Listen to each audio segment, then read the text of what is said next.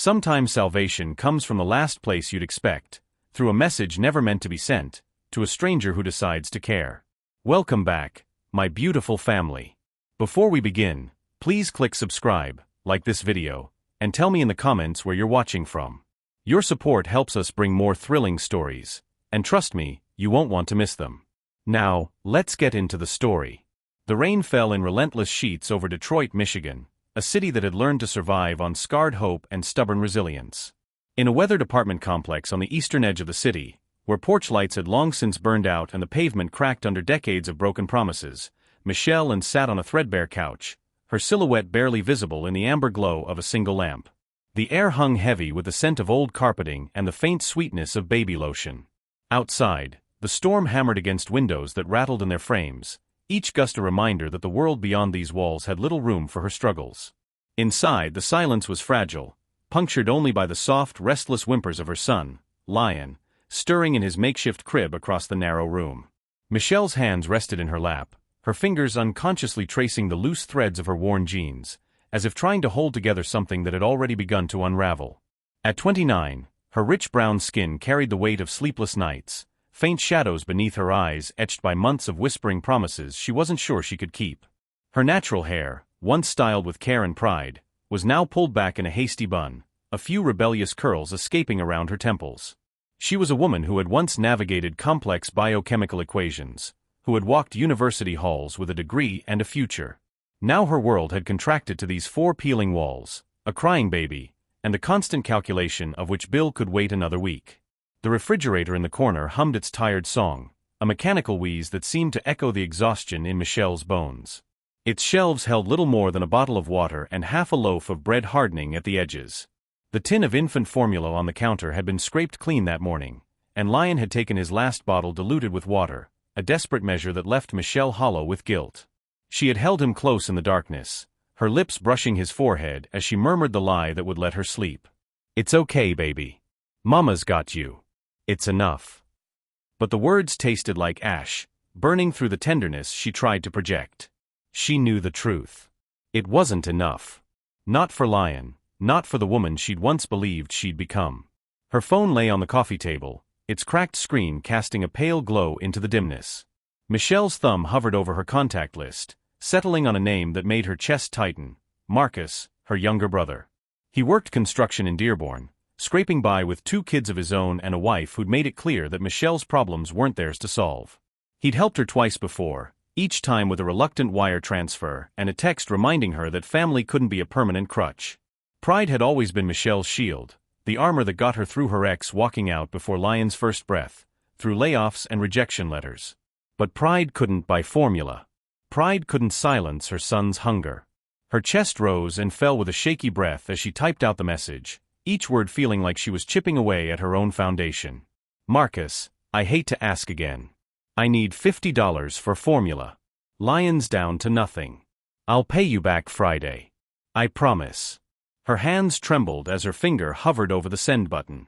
She didn't double-check the number. She couldn't bear to stare at her own desperation any longer. With a final exhale that felt like surrender, she hit send and closed her eyes, pressing the phone against her forehead.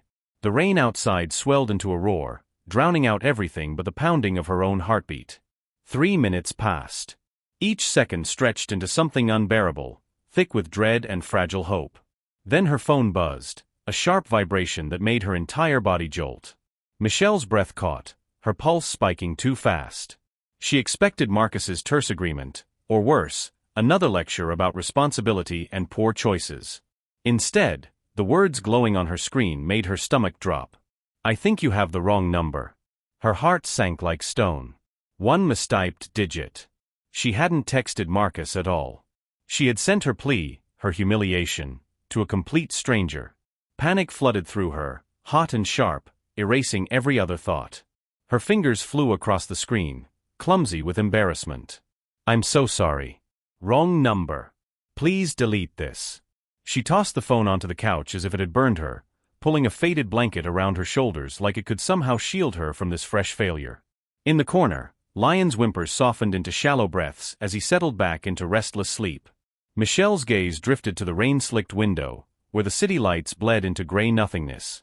She told herself it was over, a fleeting mistake that would dissolve into the night like so many before it. What Michelle could not know, what she had no way of imagining, was that 400 miles away in a glass-walled penthouse overlooking Manhattan's glittering skyline, the man who had received her message was staring at his phone with an intensity he hadn't allowed himself to feel in years. Chris Raymond was a name spoken with reverence in boardrooms and whispered with caution in financial circles. At 42, the billionaire founder of Raymond Biotech had built an empire on the back of relentless ambition and surgical precision. His penthouse, perched on the 80th floor of a steel and glass tower, was a monument to controlled power, its walls reflecting the city's restless pulse, its furnishings cold and immaculate. Chris was a man defined by his tailored suits, his sharp jaw, and the steel-blue eyes that could dissect a balance sheet or an adversary with equal efficiency. He had clawed his way up from nothing, transforming military discipline and biomedical innovation into patents worth billions. But success had hollowed him out, leaving behind a man surrounded by luxury and suffocated by silence. His private phone, a number reserved for a shrinking circle of trusted contacts, never received stray messages. Until tonight. Michelle's words glowed on the screen, raw and unfiltered. "Marcus, I hate to ask again. I need $50 for formula. Lions down to nothing. I'll pay you back Friday. I promise." They weren't just words. They were a window into a life teetering on the edge, a mother's quiet collapse under the weight of the world. Chris read them again, his jaw tightening. Lions down to nothing. The name stirred something buried deep, a memory he'd spent years trying to wall off. His younger sister, Emily, who had died at 17 when their family couldn't afford the treatment that might have saved her. That loss had been the furnace that forged him, the reason Raymond Biotech existed. And yet here it was again, in a stranger's desperate plea, the same helplessness, the same quiet surrender. Most nights, Chris would have deleted the message. Strangers were variables, mistakes were liabilities, and his world was built on calculated control. But tonight, the rain lashing against his windows seemed to echo the rhythm of Michelle's words, refusing to let him look away. His fingers moved across the screen, steady but deliberate, guided by something he couldn't quite name. "Is your baby going to be okay?" He hit send before logic could intervene, the action foreign to him, as uncharacteristic as the vulnerability embedded in her message. Back in Detroit, Michelle stared at the reply, her breath catching in her throat. "Is your baby going to be okay?" The question hung in the air between them, simple, devastating, and impossible to ignore. Michelle didn't know how to answer. She didn't know who this stranger was or why they cared. But as lions stirred again in the darkness, as the rain continued its relentless assault on her cracked windows, something shifted. A wrong number had become a thread connecting two worlds, one forged in desperation, the other armored in wealth.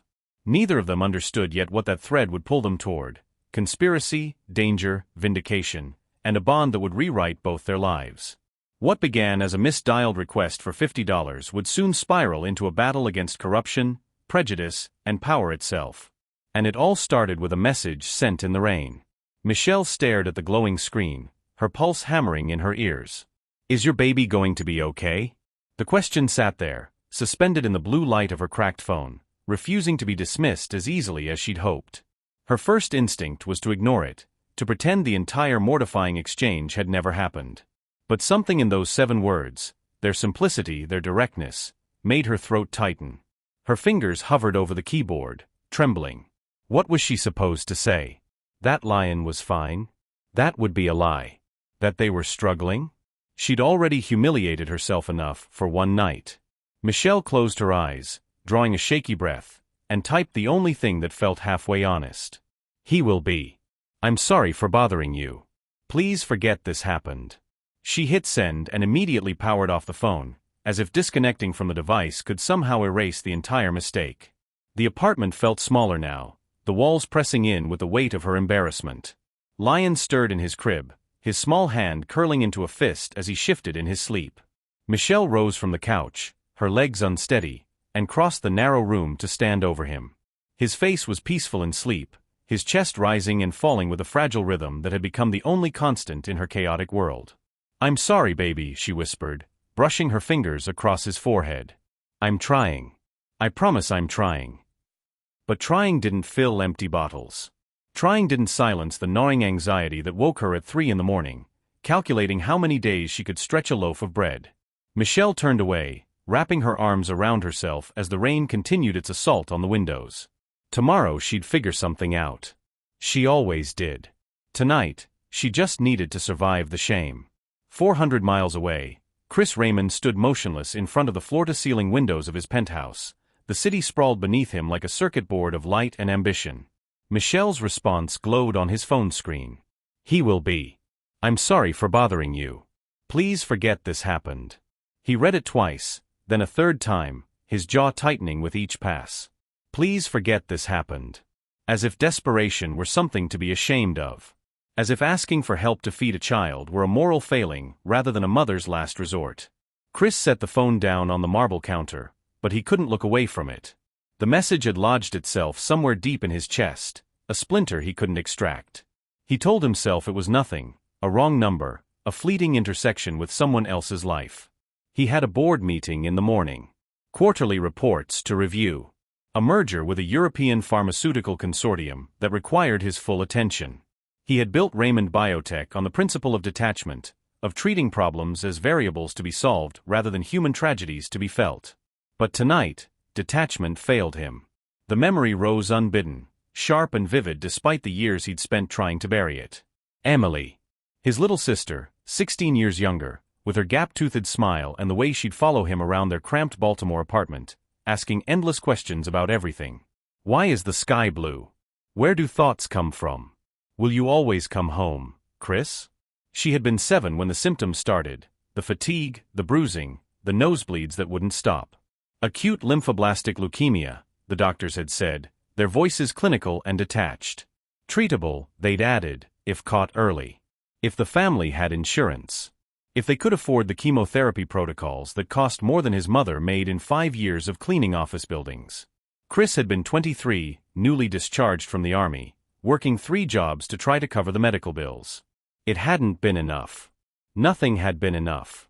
Emily had died on a Tuesday morning in March, her small hand wrapped around his, her last words a whispered apology for being too expensive to save. Chris had held her until the nurses gently pulled him away, and something inside him had calcified that day, hardened into the steel framework that would eventually build an empire. He had sworn he would never be helpless again. That no one in his sphere would suffer because of something as arbitrary as money. Raymond Biotech had been built on that promise, on transforming rage and grief into patents and profit, into medical innovations that saved lives his sister would never live to see. And now, a stranger's message. "I need $50 for formula." Lions down to nothing. The specificity of it gutted him. $50. Not 500, not 5,000. Just enough to get through another day. Emily's face flickered across his memory, overlapping with the image his mind conjured of a child he'd never seen. Lion, 18 months old, crying from hunger while his mother's pride crumbled in the face of necessity. Chris picked up his phone again, his thumb moving with purpose across the screen. He opened his banking app, navigating through security protocols with practiced efficiency. $50 wouldn't solve anything.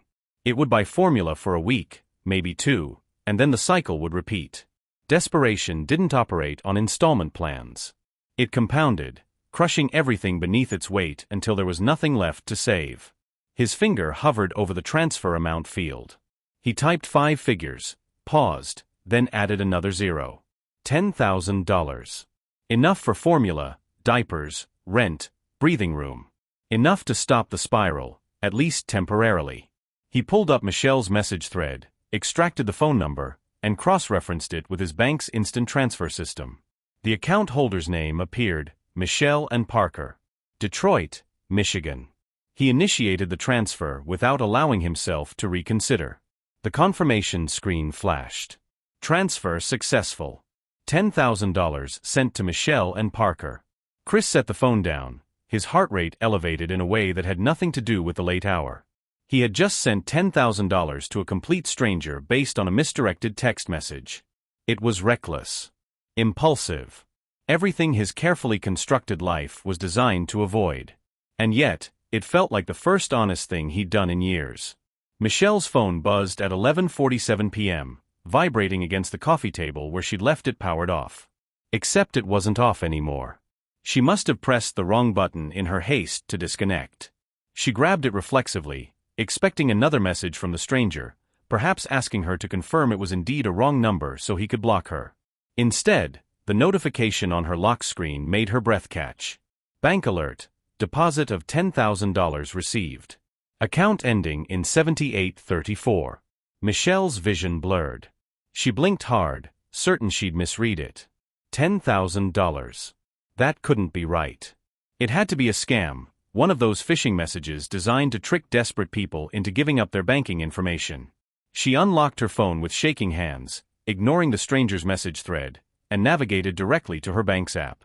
She entered her credentials, her fingers slipping twice on the cracked screen before the login accepted. The balance loaded, $10,041.16. Her previous balance had been $41.16, the last remnants of a paycheck from a catering gig 3 weeks ago. Now it read 5 figures. Real money.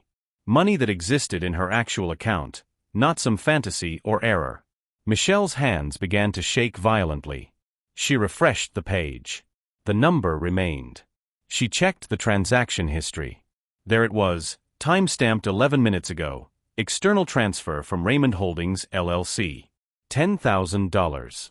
No, she whispered, her voice cracking. No. This isn't. Her phone buzzed again. A text from the unknown number. It's not a mistake. Use it for Lion. For yourself. You deserve to breathe. Michelle's legs gave out.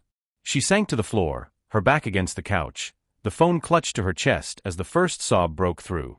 It came from somewhere deep, a place she'd kept locked and guarded because opening it meant acknowledging how close to the edge she'd been. The tears came in waves, hot and relentless, washing away months of holding herself together with duct tape and willpower. She pressed her palm against her mouth, trying to muffle the sound so she wouldn't wake Lion, but her body shook with the force of it. $10,000. Enough to pay rent for months. Enough to buy formula, diapers, real food. Enough to fix the leak in the bathroom, to replace Lion's outgrown clothes, to breathe without calculating every penny. A stranger had done this. Someone she'd never met, whose face she couldn't picture, had reached across the void and pulled her back from drowning. Michelle's phone buzzed one more time. She lifted it with trembling hands, her vision still blurred with tears. There's a 24-hour pharmacy on Grand River. Take care of your son. That's all I ask. She read the message 3 times before she could trust herself to stand. Her entire body felt weightless, unmoored from the crushing gravity that had pressed down on her for so long. She wiped her face with the sleeve of her sweater, grabbed her jacket from the hook by the door, and gently lifted Lion from his crib. He stirred but didn't wake, his small body warm and trusting against her shoulder. The rain had softened to a drizzle by the time Michelle hurried down the apartment stairs and into the night. The pharmacy glowed like a beacon 3 blocks away, its fluorescent lights cutting through the darkness. She held Leon close, one arm supporting his weight, the other clutching her phone as if it were a talisman. The store was nearly empty, just a tired cashier and a security guard who nodded at her as she entered.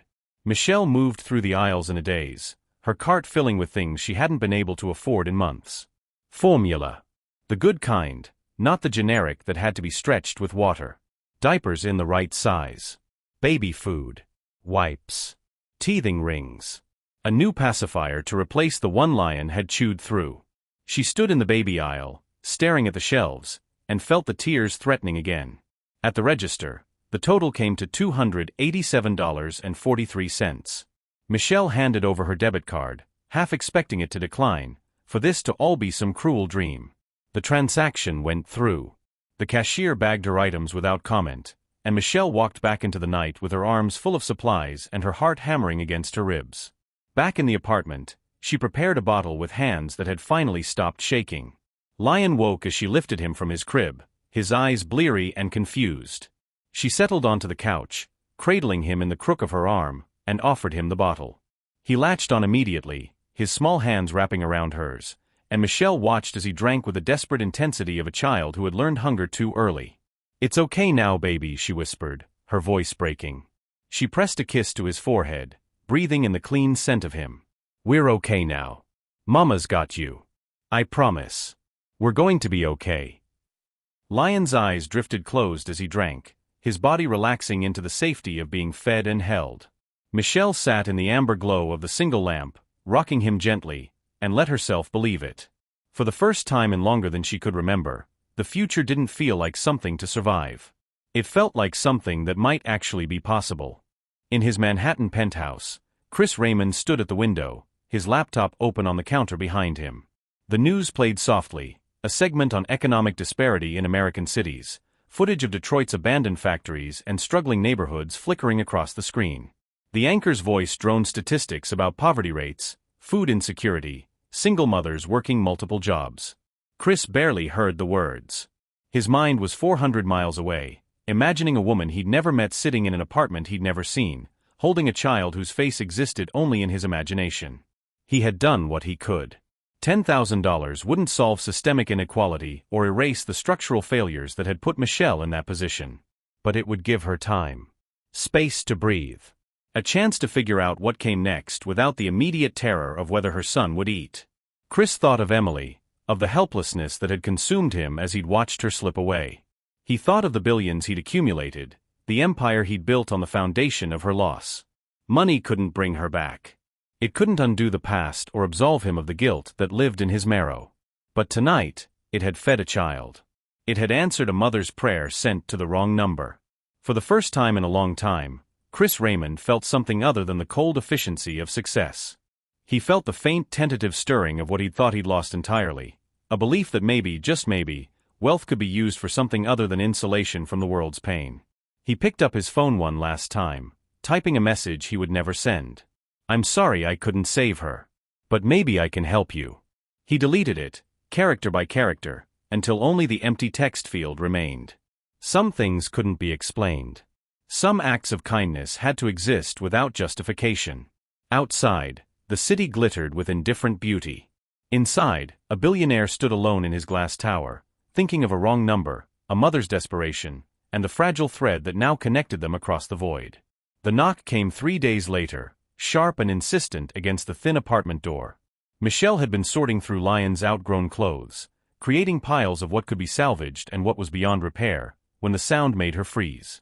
She wasn't expecting anyone. The landlord had gotten his rent, paid in full for the next 3 months, a transaction that still felt surreal every time she thought about it.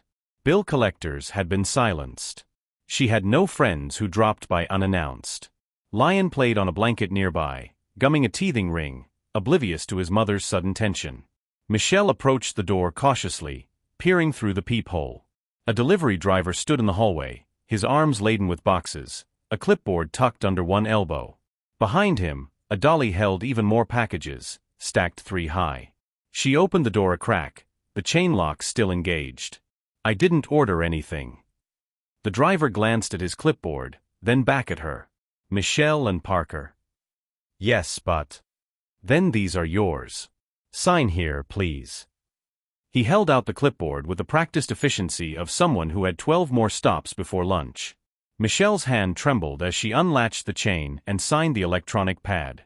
The driver and his partner made quick work of hauling the boxes inside, stacking them in her tiny living room until the space looked like a shipping warehouse. 6 large boxes, each one pristine, bearing the logos of stores Michelle had only window shopped online. Upscale baby boutiques, organic formula companies, brands she'd scrolled past because even looking at the prices felt like an exercise in futility. "Have a good one," the driver said, already halfway back to his truck. Michelle closed the door and stood motionless, staring at the mountain of packages. Lyon pulled himself up using the edge of the couch, his curious eyes fixed on the new additions to his familiar world. She approached the first box slowly, as if it might detonate, and carefully peeled back the packing tape. Inside, 6 containers of premium organic infant formula, the kind pediatricians recommended and she could never afford. Below that, neatly folded baby clothes in lion size, soft cotton onesies, miniature jeans, a tiny jacket with a hood shaped like a bear. She opened another box. Diapers. Not just one package, but a 3-month supply, stacked with mathematical precision. Another box revealed toys, developmental blocks, soft books, a musical mobile. The 4th contained baby food, Jared organic varieties in flavors like sweet potato quinoa and apple blueberry.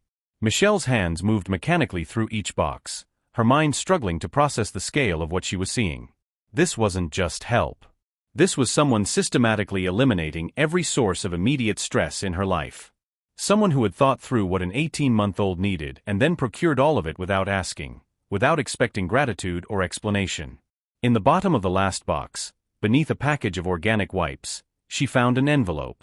Cream-colored, heavy stock, her name written across the front in elegant handwriting. Michelle's heart hammered as she tore it open. Inside, a single card with embossed edges. The message was brief, written in the same careful script. Lion deserves more than just getting by. Cr. Michelle sank onto the couch, the card clutched in her trembling fingers. Cr. The stranger. The man who had sent $10,000 in the middle of the night and was now apparently furnishing her entire life without permission, without context, without any explanation of what he wanted in return. Because there was always something wanted in return. Michelle had learned that lesson young, in foster homes where kindness came with strings attached, where favors were currency to be traded and collected. Her ex had been generous too at first, paying her tuition, buying her books, making her feel like someone cared. Then the generosity had become leverage, a reminder of what she owed, how she should be grateful, how leaving would mean losing everything. She'd left anyway, pregnant and penniless, choosing uncertainty over control disguised as care. Now this. A stranger sending money, sending supplies, signing only his initials like some anonymous benefactor from a Victorian novel.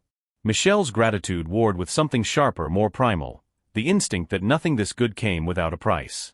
She pulled out her phone, her thumb hovering over the unknown number that had become the most significant contact in her life despite never having a name attached. Thank you for the deliveries. But I need to know who you are. And what you want from me. She hit send before she could reconsider, then immediately gathered Lion into her arms, holding him close as if his small body could anchor her against whatever storm was coming. 400 miles north, Chris Raymond sat in the glass-walled conference room on the 78th floor of the Raymond Biotech headquarters, only half listening to the quarterly projections being presented by his marketing director.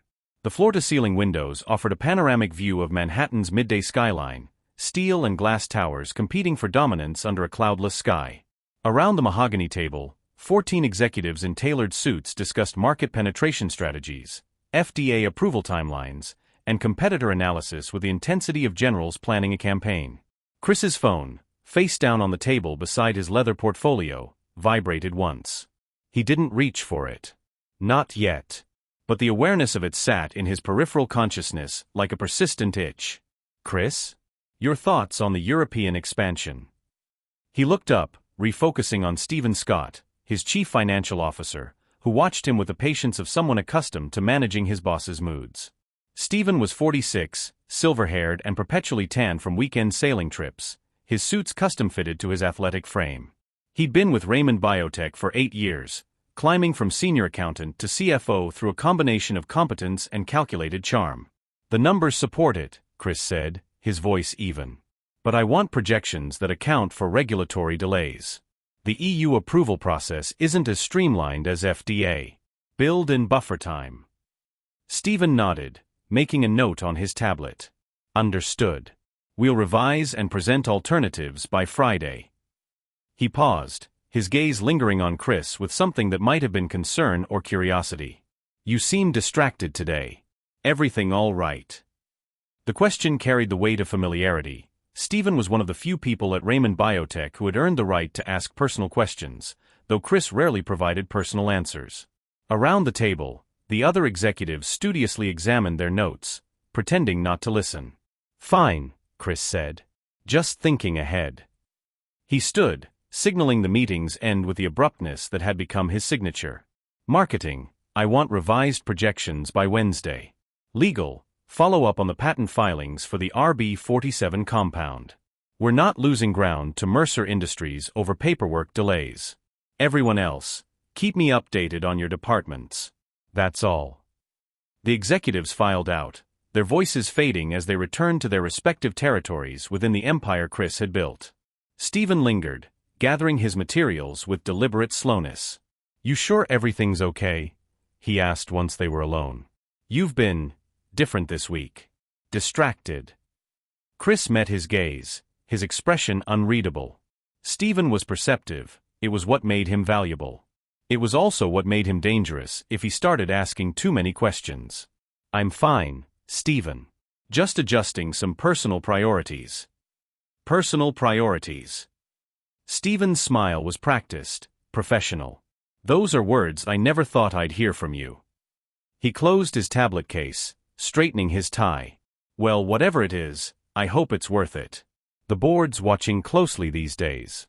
You know how they get when they think you're losing focus. It wasn't a threat, not exactly. But it wasn't entirely friendly either. Chris recognized the subtle recalibration of power dynamics, the reminder that even a majority shareholder had stakeholders to appease. The board will have nothing to complain about. My focus is exactly where it needs to be. Stephen nodded, apparently satisfied, and left the conference room. Chris waited until the door closed before retrieving his phone. Michelle's message glowed on the screen, her words direct and uncompromising. I need to know who you are. And what you want from me. He read it twice, then navigated to his search history where he'd spent the better part of the previous evening learning everything publicly available about Michelle and Parker. It hadn't taken long, she barely existed online. A LinkedIn profile from 5 years ago listing her biochemistry degree from Wayne State University. A few tagged photos on social media from friends, mostly from her college years. One profile picture, outdated but clear enough, a young woman with natural curls and an easy smile, standing in a laboratory with a beaker in hand, looking like she belonged there. Nothing from the past 2 years. No updates about Lion, no posts about her struggles. She had disappeared from the digital world the way people did when life became about survival rather than performance. Chris typed a response, deleted it, typed again. How did you explain this? That a wrong number had unlocked something he'd spent years suppressing? That sending money and supplies wasn't charity but an attempt to reconcile with ghosts he couldn't save? He settled on something simpler, more honest than he'd been with anyone in recent memory. My name is Chris Raymond. I run Raymond Biotech here in New York. I don't want anything from you. I just wanted to help. That's all. He hit send, then immediately followed with another message before he could reconsider. But if you're asking what I'd like to talk. Really talk. Not just about formula and money. About where you've been and where you want to go. Would you be willing to do that? Michelle stared at the messages, her breath shallow. Chris Raymond. The name triggered a vague memory, something she'd seen in business news, articles about biotech breakthroughs, wealth rankings. She opened her browser with shaking hands and typed his name. The search results loaded like a punch to the gut.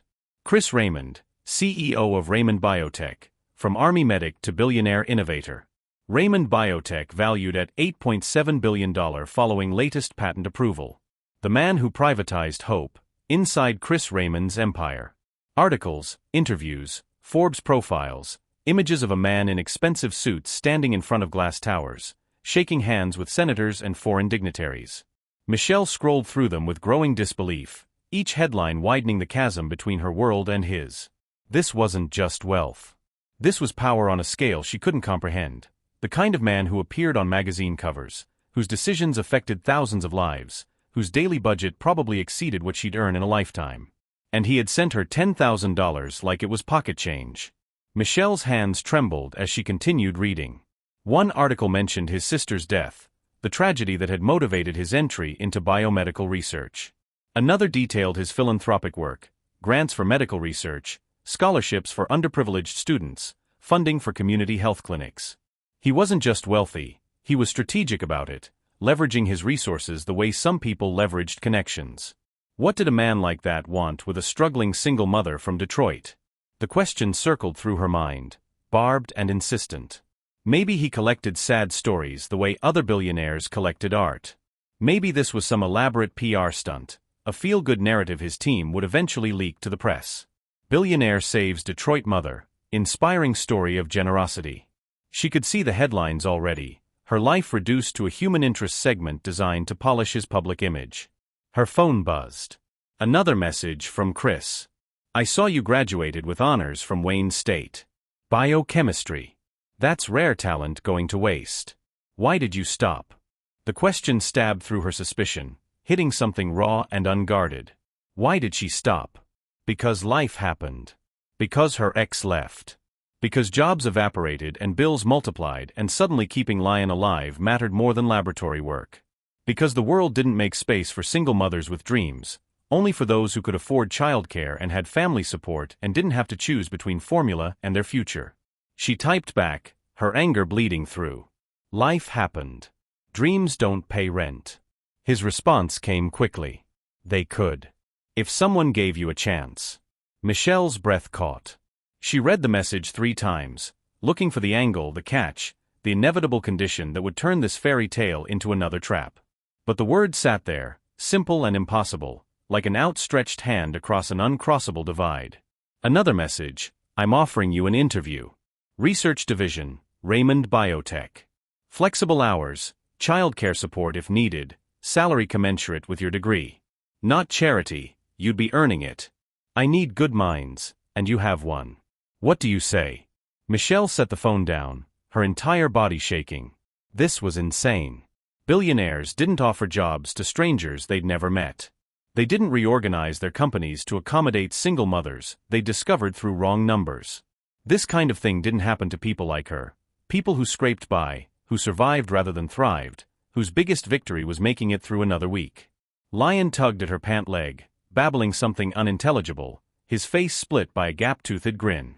Michelle lifted him into her lap, pressing her face against his soft curls. What if this was real? What if Chris Raymond was exactly what he appeared to be? Not a predator or a puppeteer, but simply someone who had the power to help and chose to use it. What if she said yes? Her fingers moved across the screen, typing before her fear could stop her. Why me? You don't know me. You don't owe me anything. The response came after a long pause, longer than his previous messages, as if he were choosing his words with care. Because someone should have helped my sister, and no one did. Because you asked for $50 and worked 3 jobs and loved your son enough to swallow your pride. Because talent shouldn't die in poverty. Because I can. Is that reason enough? Michelle closed her eyes, tears burning behind her lids. It was too much, too honest, too raw, too close to the vulnerable places she'd learned to protect. But beneath the fear, beneath the suspicion honed by years of disappointment, something else stirred. Something that felt dangerously like hope. She typed one word, yes. Then, before she could second-guess herself into paralysis, she added, when? Chris's reply was immediate, I'll have my assistant arrange everything. Flight, hotel, childcare if you need it. Interview is next Wednesday. Michelle, thank you for trusting me. Michelle held Leon close, staring at the messages that had just rewritten her future, and wondered if she'd made the best decision of her life or the worst mistake. Outside her window, Detroit continued its slow existence, indifferent to the seismic shift happening in one small apartment. Inside, a mother and her son sat surrounded by boxes of supplies sent by a stranger, and the distance between survival and possibility suddenly felt a little bit smaller. The plane descended through a layer of clouds, and suddenly Manhattan materialized below, a forest of steel and glass that caught the afternoon sun and threw it back in 1,000 jagged reflections. Michelle pressed her face against the small window, Lion secure in her lap, and felt her breath catch. She had seen New York in movies, in photographs, in the background of news broadcasts. But nothing had prepared her for the reality of it. The sheer density of ambition made visible, towers competing for sky, the city spreading in every direction like it had conquered geography itself. Detroit had horizons. Empty lots where buildings used to stand, gaps in the skyline like missing teeth. New York had no gaps. It was relentless, unapologetic, a monument to the idea that space was something to be dominated rather than endured. Lion squirmed against her, pointing at the window with chubby fingers. "B," he announced, his word for anything that moved or interested him. "Big buildings, baby," Michelle whispered, her voice tight. "Really big buildings." The flight attendant's voice crackled through the speakers, announcing their final descent into LaGuardia. Michelle tightened Lion's seatbelt, checked her own, and tried to quiet the riot of anxiety in her chest. Chris's assistant had arranged everything, first-class tickets that Michelle had initially refused until the woman gently explained that Mr. Raymond insisted. A car service waiting at the airport. A suite at a hotel in Midtown with a separate bedroom for Lion and a note from the concierge about available childcare services. It was too much. All of it was too much. Michelle had spent the 3 days before departure researching Raymond Biotech, reading articles about Chris, trying to construct a mental framework that would help her navigate whatever she was walking into. But information couldn't prepare her for the visceral reality of stepping into a world so far removed from her own that it might as well exist on a different planet. The plane touched down with a slight jolt. Lion laughed, delighted by the sensation. Michelle closed her eyes and tried to remember how to breathe. The hotel room was larger than her entire Detroit apartment. Michelle stood in the doorway, her single duffel bag hanging from one shoulder, Lion balanced on her hip, and stared at the king-sized bed, the marble bathroom visible through an open door, the floor-to-ceiling windows offering a view of Manhattan's evening skyline. A basket of fruit sat on the coffee table next to a handwritten welcome note and a small stuffed giraffe, clearly meant for Lion. "This is crazy," she murmured, setting her bag down carefully, as if sudden movements might shatter the illusion.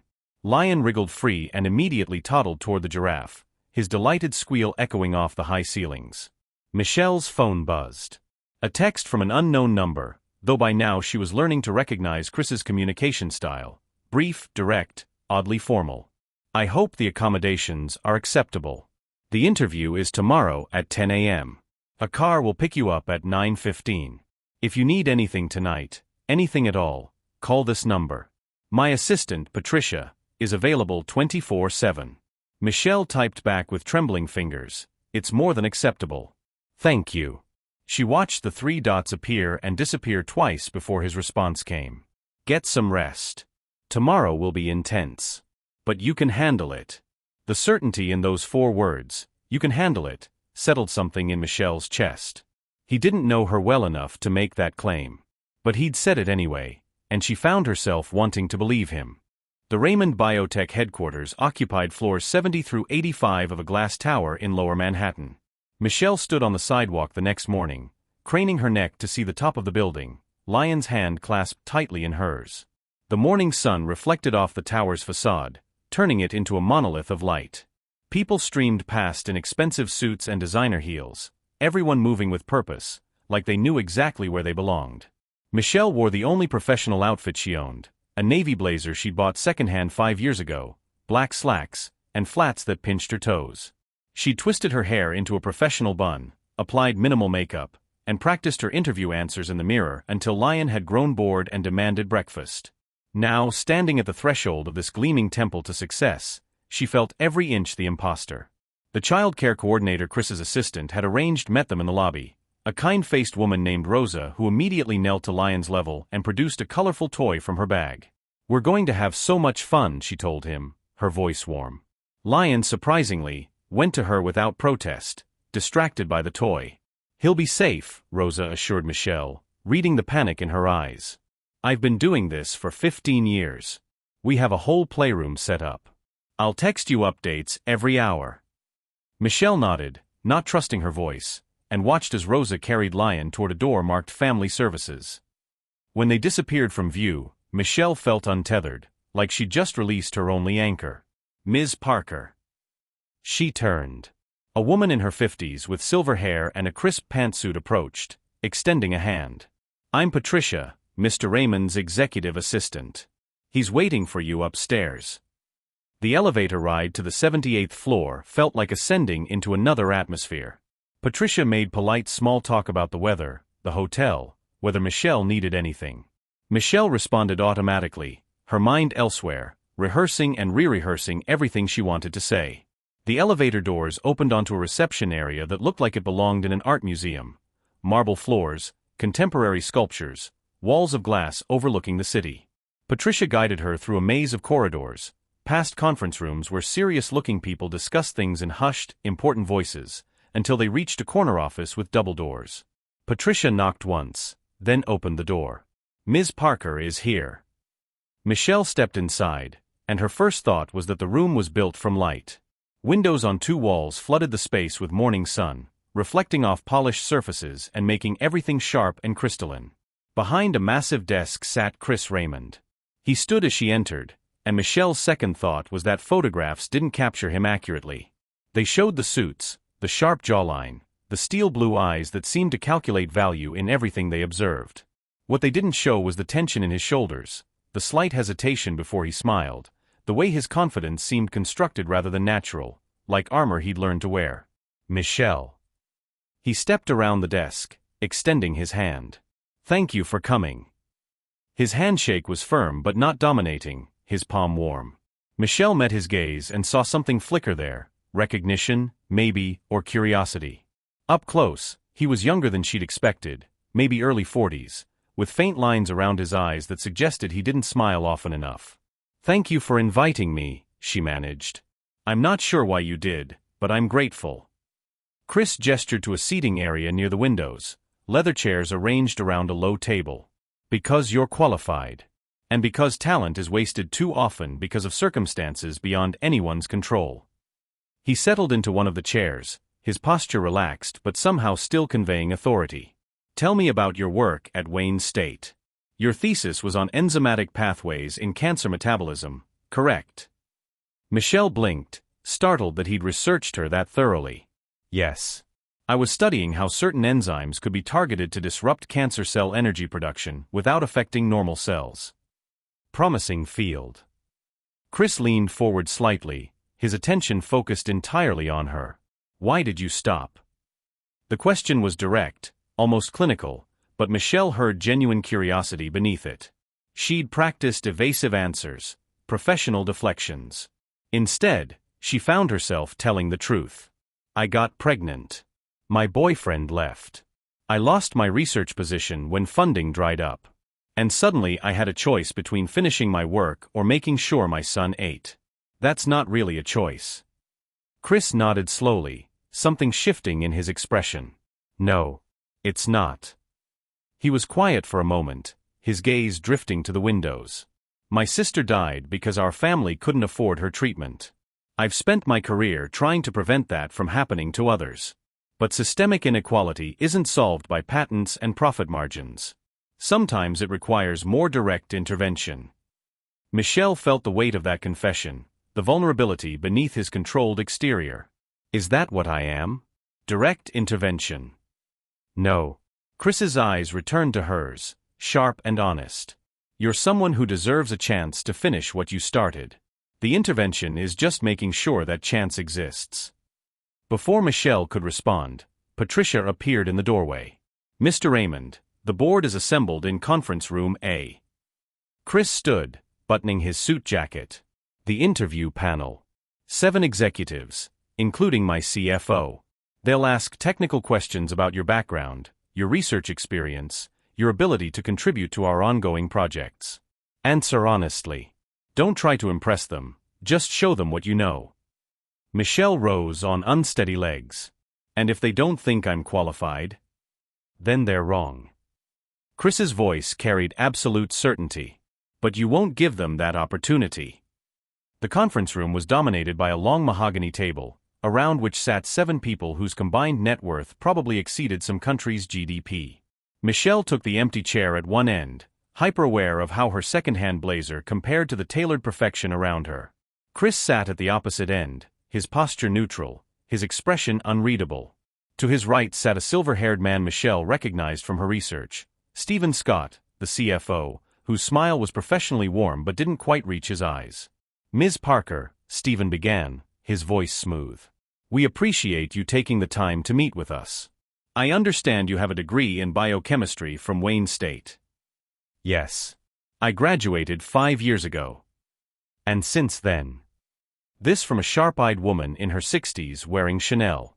"What have you been doing professionally?" The question landed like a challenge. Michelle felt the judgment in it, the gap in her resume, the years of survival work that had nothing to do with science. She could deflect, soften the truth. Instead, she met the woman's gaze directly. "I've been raising my son. Working multiple jobs to keep us housed and fed. It's not the career path I planned, but it taught me resource management, crisis problem-solving, and how to function under sustained pressure. Skills that translate to research environments." A younger executive smirked. "Comparing motherhood to laboratory work seems ambitious." Michelle cut in, her voice steady despite her hammering heart. "Maybe. But I've managed complex biological systems with limited resources and no room for error. That's essentially what parenthood is. I imagine drug development operates on similar principles: high stakes, resource constraints, zero tolerance for failure." Chris's expression remained neutral, but something flickered in his eyes that might have been approval. Stephen leaned back, his fingers steepled. Your thesis work was interesting, if preliminary. But we're operating at a different scale here. Our current projects involve multi-million-dollar budgets, teams of specialized researchers, regulatory compliance across multiple jurisdictions. Do you honestly believe 5-year-old academic work and survival skills qualify you for that environment? The contempt was subtle but unmistakable. Michelle felt it like a slap, the confirmation of what she'd suspected. She was a charity case, a feel-good story for the CEO to tell at fundraisers. Her presence here was an insult to serious professionals who'd paid their dues properly. I think, she began, but Chris's voice cut through. I think, he said, his tone diamond-sharp, that Ms. Parker has demonstrated exactly the qualities we claim to value in our mission statement. Resilience under adverse conditions. Creative problem-solving with limited resources. Sustained focus despite systemic obstacles. He turned to Stephen, and the temperature in the room seemed to drop. Unless we're only interested in candidates whose advantages have never been tested. Stephen's smile tightened. Of course not. I'm simply ensuring we maintain our standards. Our standards, Chris replied, his voice even, include recognizing potential regardless of packaging. Ms. Parker's academic work was sound. Her circumstances have tested her in ways none of us have experienced. That's valuable perspective for a company claiming to serve underserved populations. He paused, letting the words settle. Unless you're suggesting we only understand poverty in theory? The silence stretched taut. Michelle watched the power dynamic shift, saw Stephen recalculate his approach, watched the other executives suddenly become very interested in their notes. No, Stephen finally said. Of course not. Ms. Parker, perhaps you could walk us through your thesis methodology. Michelle took a breath and began explaining her research, her voice growing stronger as she moved into familiar territory. She detailed her enzymatic analysis, her experimental controls, the preliminary results that had suggested a viable pathway for targeted therapy. The questions that followed were technical, challenging, but fair. She answered what she could, admitted what she didn't know, and felt the room's energy shift from skepticism to something approaching respect. When the interview concluded 90 minutes later, Michelle's hands trembled with released adrenaline. Chris stood as she did, extending his hand once more. Patricia will be in touch by end of day, he said formally, though his eyes held warmth his voice didn't. Thank you for your time. Michelle nodded, not trusting herself to speak, and let Patricia guide her out. Only when she was back in the elevator, doors closing on the 78th floor, did she allow herself to breathe fully. She'd done it. She'd walked into that room and held her ground, and Chris Raymond had defended her like she was worth defending. The realization settled in her chest, heavy and significant. Patricia called at 4:47 p.m. while Michelle was building a block tower with Lion in the hotel room. Mr. Raymond asked me to inform you that the position is yours if you want it. Research associate, starting salary $90,000. Full benefits, flexible schedule with childcare support. When can you start? Michelle sat down hard on the carpet, Lion babbling beside her. $90,000. More money than she'd ever imagined earning. A real job. A career resurrected from the grave. 2 weeks, she heard herself say. I need to arrange things in Detroit. Perfect. I'll send the paperwork tonight. Welcome to Raymond Biotech, Ms. Parker. When the call ended, Michelle pulled Lion into her lap and pressed her face against his hair. We're going to be okay, she whispered. Baby, we're really going to be okay. That evening, her phone buzzed with a message from Chris. You earned it. Every word in that room. I'm glad you're joining us. Michelle stared at the message for a long time before responding. Thank you for seeing something worth defending. I won't let you down. His reply came quickly. I know you won't. See you in 2 weeks. Michelle set the phone down and looked out at the Manhattan skyline, glittering in the gathering dusk. Somewhere in one of those towers, a billionaire sat in his glass office, and the distance between them felt both infinite and impossibly small. She didn't know yet what was building between them, respect, gratitude, something more complicated. But she felt it there, a thread connecting two people who had no reason to understand each other but somehow did. Outside, New York hummed with its relentless energy. Inside, a mother and son from Detroit prepared to rebuild their lives, and the future suddenly felt like something to hope for rather than something to survive. Michelle had been at Raymond Biotech for 6 weeks when she first noticed the discrepancy. It was a Thursday afternoon, the research lab humming with the low chatter of colleagues and the steady beep of equipment running assays. Lion was in the company's childcare center 3 floors down, probably finger-painting or destroying a tower of blocks, and Michelle was cross-referencing supply orders against the quarterly budget allocation for her department. It shouldn't have caught her attention. A small variance, barely 2%, the kind of rounding error that happened in large organizations. But Michelle's years of stretching $41 across 2 weeks had trained her to notice when numbers didn't align. And these numbers bothered her. She pulled up the full budget file, scrolling through line items with the same meticulous focus she'd once applied to laboratory protocols.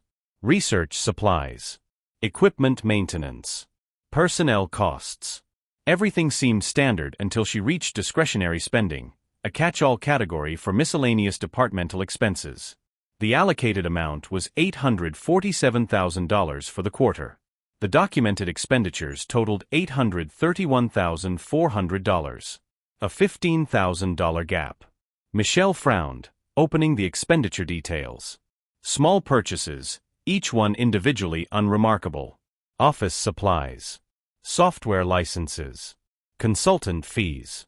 But when she started adding them manually, calculator open on her second monitor, the total came to $816,300. Another $15,000 missing. She sat back, her pulse quickening.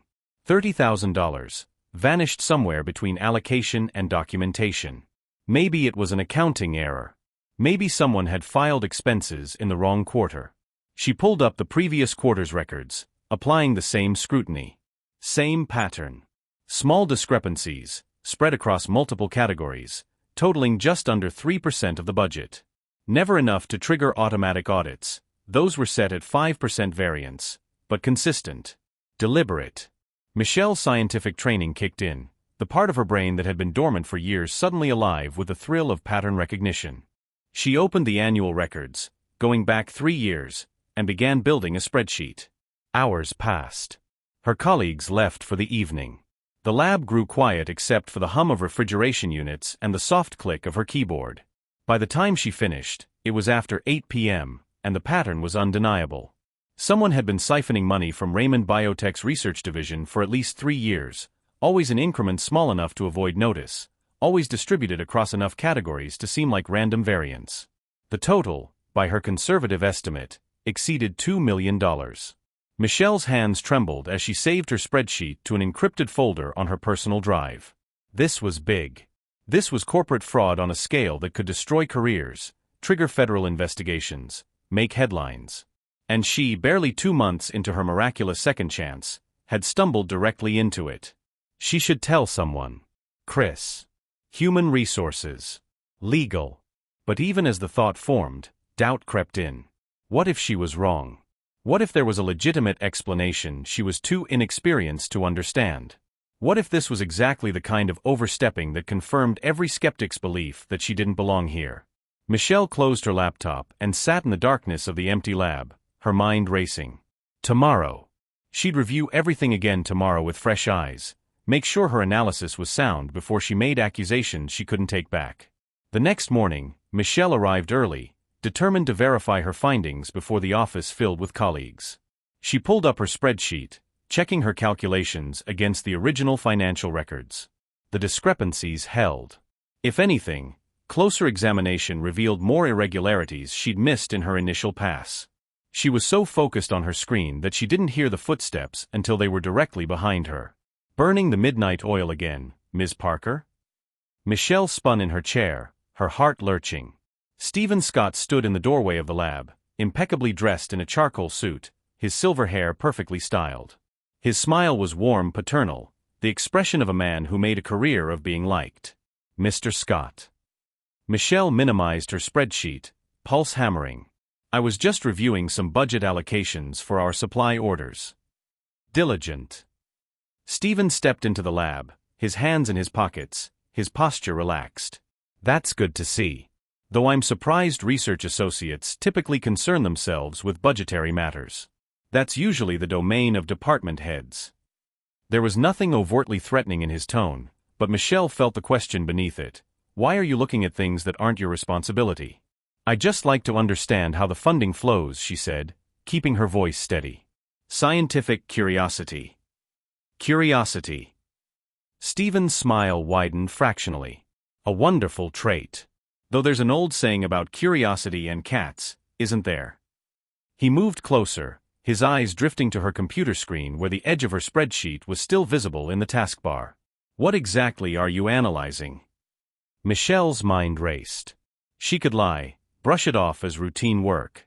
Or she could confront him directly, see how he reacted. Before she could decide, her phone buzzed on the desk, a text from the childcare center. Lion's asking for you. Everything's fine, just missing Mama. The interruption broke the moment. Stephen glanced at her phone, then back at her face. Your son. Lion, isn't it? 18 months old now. The fact that he knew Lion's name, his age, sent ice through Michelle's veins. Yes. Beautiful age. So vulnerable, though. So dependent on their mothers to keep them safe. Stephen's tone remained pleasant, conversational, as if he were discussing the weather. You must worry about him constantly, especially in a new city. New York can be dangerous if you don't know how to navigate it. Michelle met his gaze, refusing to flinch. I manage. I'm sure you do. Stephen straightened, adjusting his cufflinks. Well, I won't keep you from your work. Just remember, we have entire departments devoted to financial oversight. No need for research staff to duplicate those efforts. Focus on what you were hired to do, Ms. Parker. That's where your value lies. He left as smoothly as he'd arrived, his footsteps fading down the corridor. Michelle sat frozen, her hands clenched in her lap. The message had been clear, delivered with a smile and wrapped in concern, but unmistakable. Stay in your lane, or there will be consequences. She pulled up her spreadsheet again, staring at the numbers that now felt like a ticking bomb. Stephen Scott. The CFO. The man whose signature appeared on every financial document, who had oversight of every dollar flowing through Raymond Biotech. If the money was being siphoned, he would be in the perfect position to orchestrate it. And she had just let him know she was looking. Michelle spent the weekend in her new Brooklyn apartment, a modest two-bedroom Chris's relocation package had helped her secure, trying to decide what to do. She played with Lion, took him to the park, went through the motions of normalcy while her mind churned through scenarios. If she reported her findings and was wrong, she'd be fired. If she reported them and was right but couldn't prove it conclusively, Stephen would bury the evidence and destroy her credibility. If she did nothing, she was complicit in fraud. By Monday morning, she'd made her decision. She would document everything meticulously, build an airtight case, and then take it directly to Chris. Not HR, not the legal department, people who might be loyal to Stephen or intimidated by his position. Chris had defended her once. She had to believe he'd listen now. She spent the next week working double duty, her regular research responsibilities during the day, financial analysis late into the evening after Lion was asleep. The pattern became clearer with each layer she uncovered. The siphoned funds weren't just from the research division. They appeared across multiple departments, always in small increments, always just below audit thresholds. Stephen had built a sophisticated system, exploiting the gaps between departmental oversight and central accounting. Michelle created a comprehensive report, complete with transaction records, pattern analysis, and a conservative estimate of total theft, $4.3 million over 4 years. She encrypted the file, backed it up in 3 separate locations, and prepared to request a private meeting with Chris. Then her phone buzzed at 11:47 p.m. on a Tuesday night. An unknown number. The message made her blood freeze. Stop digging or Lion pays the price. Michelle's hands shook so violently she nearly dropped the phone. She read the message again, her vision blurring. Lion. They'd threatened Lion. She lurched from her desk and ran to his bedroom, flinging open the door. He slept peacefully in his crib, his chest rising and falling with a steady rhythm that usually brought her comfort. Now it just emphasized his vulnerability. Someone knew what she'd been investigating. Someone knew where she lived. Someone had just transformed her discovery from a professional dilemma into a direct threat against her child.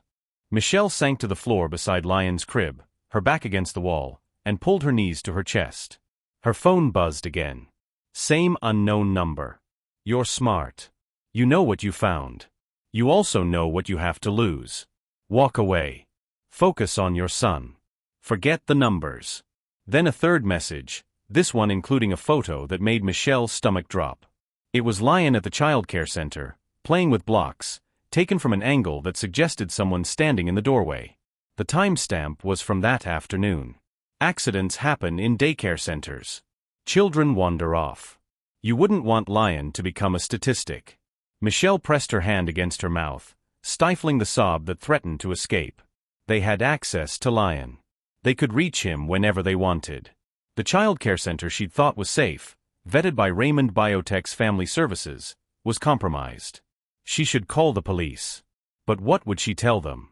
That she'd received anonymous threats connected to potential corporate fraud she couldn't yet prove? They'd file a report and do nothing. Meanwhile, whoever sent these messages would know she'd gone to authorities and escalate. She should tell Chris. But what if he didn't believe her?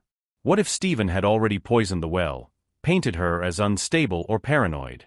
What if Chris decided she was more trouble than she was worth and terminated her employment, leaving her with no resources and a target on her back? Michelle sat in the darkness of Lion's room, listening to her son's peaceful breathing, and felt the walls closing in. She'd fought so hard to get here, to rebuild her life, to give Lion a future. And now, because she'd noticed something she shouldn't have, because her scientific training had kicked in at exactly the wrong moment, she put them both in danger. Her phone buzzed one final time. You have 48 hours to delete everything you've compiled. All files, all backups, all notes. Then you forget this ever happened. We'll be watching to make sure you comply. Choose wisely, Ms. Parker. Your son's safety depends on it. Michelle pulled Lion from his crib, carefully so as not to wake him, and held him against her chest. His small body was warm and trusting, utterly dependent on her to keep him safe.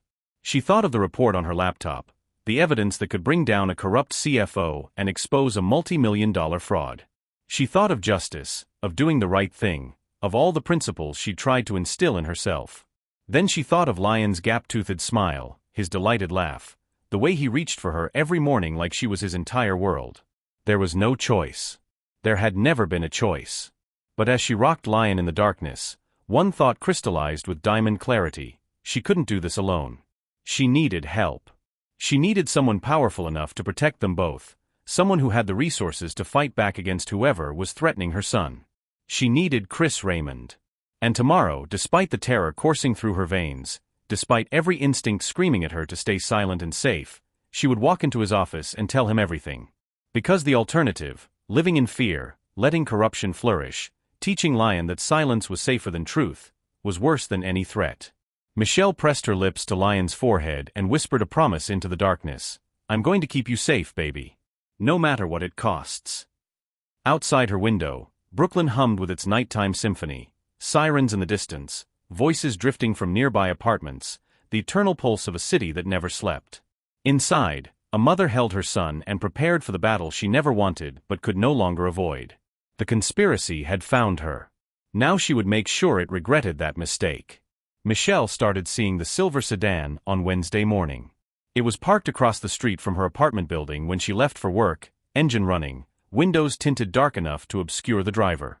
She told herself it was nothing, just someone waiting for a passenger, idling while they finished their coffee. But when she glanced back 3 blocks later, the sedan was still behind her, maintaining a careful distance. By the time she reached the subway station, her heart was hammering against her ribs. She descended the stairs quickly, Lion's hand gripped tight in hers, his diaper bag heavy on her shoulder. The morning crowd swallowed them, businesspeople in suits, students with headphones, the beautiful anonymity of New York's rush hour. Michelle found a spot on the platform and positioned herself behind a pillar, using it to scan the crowd. There. A man in a dark jacket and baseball cap, standing too still among the moving bodies, his attention fixed in her direction. When their eyes met for a fraction of a second, he immediately looked away, pulling out his phone with studied casualness. Michelle's breath came shallow and fast. She was being followed. The anonymous texts hadn't been empty threats. They were watching her, tracking her movements, making sure she understood how exposed she was. Mama. Lion tugged at her hand, confused by her tension. It's okay, baby. Michelle forced her voice to stay calm even as panic clawed at her throat. We're just taking the train to school, remember? The subway arrived in a rush of metallic screaming. Michelle pushed into the crowded car, positioning herself near the doors where she could see the platform. The man in the dark jacket didn't board. He simply stood there, watching as the train pulled away. But Michelle knew with sick certainty that it didn't matter. Someone else would pick up the surveillance. They had resources. They had reach. And they wanted her to know it. The paranoia became a living thing over the next 3 days.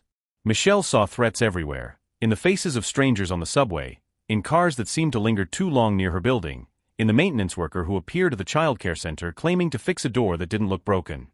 She started varying her route to work, taking different subway lines, leaving at unpredictable times.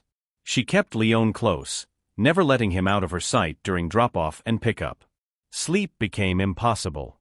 She lay awake listening to every sound in the apartment, footsteps in the hallway, the creak of pipes, the distant wail of sirens. Her encrypted files remained hidden on her laptop, backed up on 3 separate drives she'd stashed in different locations. But she hadn't deleted them. She couldn't bring herself to erase the evidence, to let whoever was threatening her win. At work, she went through the motions of her research, but her focus was fractured. She jumped at sudden sounds, felt eyes on her even when the lab was empty. Twice she caught Stephen Scott watching her from across the cafeteria, his expression pleasant and unreadable. He never approached, never spoke. He didn't need to. His presence was message enough. By Friday afternoon, Michelle's hands shook so badly she had to set down the pipette she'd been using. Her colleague, Dr. Sarah Chun, noticed immediately. Michelle? You okay? Fine. Just tired. The lie tasted bitter. Sarah's concern deepened. You look like you haven't slept in days. Maybe you should take a break, get some air. Michelle nodded numbly and fled the lab, her feet carrying her through corridors she barely registered until she found herself in the stairwell, gasping for breath. She sank onto the concrete steps, pressing her palms against her eyes. This was unsustainable. She couldn't function like this, constantly terrified, seeing threats in every shadow, unable to sleep or focus or think clearly. She needed help. She'd known it since the first threatening text, but fear had kept her silent. Fear of not being believed. Fear of being dismissed as paranoid. Fear of losing the miraculous second chance Chris had given her. But fear was going to destroy her if she didn't act. Michelle pulled out her phone and typed a message to Chris with trembling fingers. I need to talk to you. Privately. It's urgent. His response came within 2 minutes. My office. Now.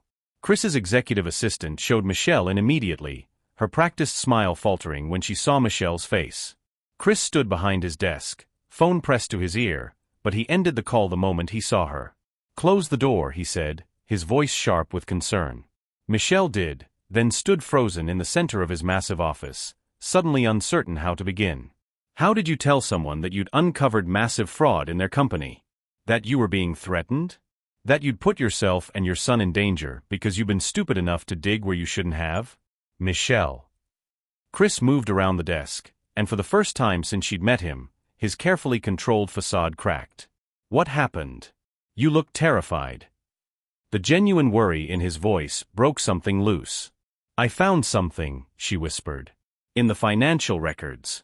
I wasn't looking for it, I was just cross-checking budgets for supply orders, and I noticed discrepancies. Small ones, but consistent.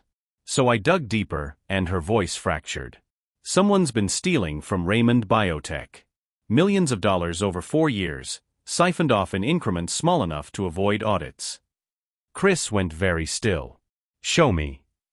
Michelle pulled out her phone and opened the encrypted file she'd backed up to the cloud, her hand shaking so badly she almost dropped it. Chris took the phone, his eyes scanning the spreadsheets and documentation she'd compiled. The silence stretched taut as he read, his jaw tightening with each page. This is meticulous, he finally said, his voice low. You built an entire forensic analysis. I'm a scientist. Pattern recognition is what I do. Michelle wrapped her arms around herself. But that's not the worst part. She showed him the threatening texts. Chris's expression turned to stone as he read them, his knuckles whitening around her phone. When he reached the photo of Lion at the daycare, something dangerous flickered across his face. They threatened your son. They threatened to hurt him if I didn't delete everything and forget what I found. They've been following me. There was a car outside my apartment this morning, and a man on the subway platform, and I don't know if I'm being paranoid or if, her voice broke entirely. Chris, I'm scared. I'm so scared, and I don't know what to do. Chris handed back her phone and pulled out his own, his movements sharp and decisive. He dialed, pressed the phone to his ear. Patricia, I need building security in my office immediately. And get James Kozlowski on the line, personal number, tell him it's an emergency. He ended the call and turned back to Michelle. Who else knows about this? No one. Just me. And whoever's behind it. The pattern you identified, the money's moving through the CFO's office. It wasn't a question. Michelle nodded miserably. Stephen Scott. He has oversight of everything, signature authority on all the accounts. He'd be in the perfect position to orchestrate systematic theft while ensuring no one looks closely enough to notice. Chris's voice was ice. And when you started noticing, he threatened your child to keep you quiet. I don't have proof it's him specifically. Just that the irregularities flow through channels he controls. That's enough. Chris's steel blue eyes met hers, and Michelle saw the full force of the man who'd built an empire from nothing. You're not doing this alone anymore. I'm bringing in external forensic accountants, private security, and legal counsel. We're going to build a case that's ironclad, and we're going to protect you and Lion while we do it. Chris, if he finds out you know. He already knows something's changed. You think he didn't notice you analyzing those records? He's been testing you, seeing if the threats would work. Chris moved closer, and Michelle saw fury carefully leashed behind his controlled exterior. What he didn't count on is you coming to me. That changes everything. Michelle's eyes burned with tears she refused to let fall. I'm sorry. I know I should have stayed in my lane, focused on research like you hired me to do. I didn't mean to cause problems. Stop. Chris's voice was firm but not harsh. You uncovered major corporate fraud because you're thorough and intelligent. That's not a problem. That's exactly why I hired you. And anyone who threatens a child to cover their crimes deserves everything that's coming to them. A knock at the door. Chris's head of security entered, a former Secret Service agent named Marcus Webb, whose presence filled the room with coiled competence. Chris briefed him in clipped sentences, then turned back to Michelle. Marcus is assigning a protection detail. Someone will be with you and Lion at all times until this is resolved. Your apartment building security will be upgraded. The childcare center is being locked down, new protocols, vetted staff only, no unauthorized access. That's too much, Michelle protested weakly. The expense is irrelevant. Chris's tone left no room for argument. Lion's safety is non-negotiable. Your safety is non-negotiable. We do this right, or we don't do it at all. Michelle nodded, overwhelmed by the sudden shift from isolated terror to supported action. Thank you. Don't thank me yet. Chris's expression darkened. This is going to get worse before it gets better. Stephen's going to realize he's losing control of the situation, and desperate men make dangerous choices. But I promise you, he will not touch you or Lion. That's a guarantee. Stephen Scott stood in his corner office 3 floors above, staring at his phone with cold calculation. His inside contact in building security had just confirmed that Chris Raymond had called for a personal protection detail for Michelle Parker. The forensic accountant inquiry had been logged. Legal counsel had been briefed. The situation was escalating. Worse, it was escalating in exactly the direction he'd been trying to prevent. Stephen had built his system carefully over 4 years, small amounts, distributed across multiple accounts, laundered through shell companies and offshore holdings. It had been perfect, invisible, a slow bleed that would have continued indefinitely if that woman hadn't decided to play detective. He'd tried the reasonable approach, intimidation, threats, making her understand the cost of curiosity. But she'd run straight to Chris instead of backing down, and now the billionaire's protective instincts were engaged. Stephen knew that look in Chris's eyes. He'd seen it in board meetings when competitors threatened Raymond Biotech's interests. Chris didn't just fight threats, he annihilated them. Which meant Stephen needed to change tactics. If he couldn't silence Michelle through fear, he'd destroy her credibility instead. Make her the story rather than the evidence she'd uncovered. Discredit her so thoroughly that anything she claimed would be dismissed as the desperate lies of a woman scorned. Stephen pulled up his contacts and selected a number he'd cultivated carefully over the years, a tabloid journalist who specialized in corporate scandals and had a particular talent for character assassination. "I have a story for you," Stephen said when the man answered. Raymond Biotech's CEO and his new mistress. The struggling single mother he's been secretly supporting. "I have photos, financial records showing transfers to her account, hotel receipts from her New York visit. It's a classic tale of powerful man, vulnerable woman, and the ethics violations that could bring down a biotech empire." He could hear the journalist's excitement even through the phone. This was the kind of story that generated clicks, sparked outrage, made careers. "Send me everything," the journalist said. "How fast can you move on this?" 24 hours. "But I need assurances. My name stays completely out of it. Anonymous source only." "Naturally. This is going to be huge." Stephen ended the call and began compiling the materials. Photos from security cameras showing Michelle entering Chris's office at odd hours, the financial transfers that could be framed as payments rather than emergency assistance, carefully edited context that would transform a charitable act into something sordid. If Michelle wanted to fight, he'd give her a war. And by the time he was finished, she'd be so buried in scandal that her fraud allegations would look like retaliation from a disgraced employee. Chris Raymond thought he could protect her. Stephen would show him exactly how powerless protection was against the court of public opinion. The article dropped Monday morning. Michelle woke to 17 missed calls and a text from Sarah Chun that made her stomach plummet. "I'm so sorry. Don't read it. Just don't." But of course she read it. The headline screamed across her phone screen, "Raymond Biotech Scandal, CEO's Secret Mistress or Corporate Corruption. Single Mother's Meteoric Rise Raises Questions." The article was brutal. Photos of Michelle entering Chris's building, leaving his office late at night, the security camera angles making innocent meetings look clandestine. The $10,000 transfer framed as payment for services rendered. Her lack of experience positioned as evidence she'd been hired for reasons having nothing to do with qualifications. And then the subtext, sometimes explicit, sometimes implied, that made Michelle's hands shake with rage. The struggling black single mother. The white billionaire savior. The inappropriate relationship that blurred professional boundaries. Her race, her motherhood, her poverty, all weaponized into evidence of impropriety. The comment section was vicious, filled with speculation about what she'd really done to earn Chris's favor, accusations that she was a gold digger, a seductress, someone who'd exploited her circumstances to manipulate a wealthy man. Michelle read it all, her vision blurring with tears of humiliation and fury. This was what happened when you tried to do the right thing. This was the price of speaking up, of not staying quiet like you were told. Her phone rang. Chris. She almost didn't answer. "Michelle, I just saw it. Don't believe." "How can I not believe it when my face is plastered across every gossip site in America?" Her voice was raw. "They made me into a villain, Chris. A whore and a fraud and a manipulator, all because I tried to help you. This is Stephen's work. It has to be. He's trying to discredit you before the fraud investigation gains traction." "Well, it's working." Michelle's laugh was bitter.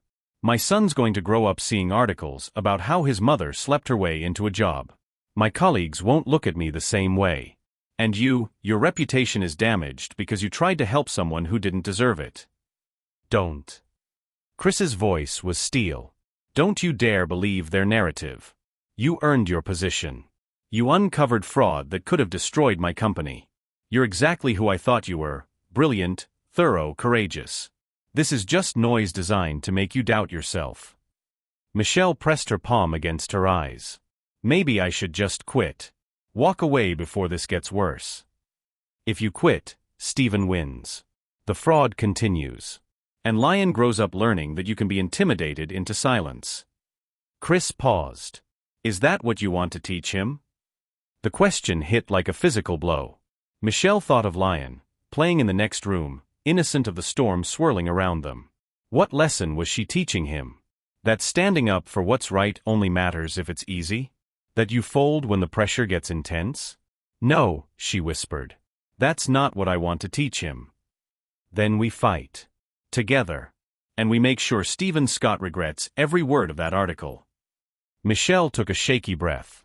Okay. But Chris, this is going to get uglier. I know. But we're ready for ugly. His voice carried absolute conviction. Meet me tomorrow. We're taking this to the board, to law enforcement, to everyone who needs to know.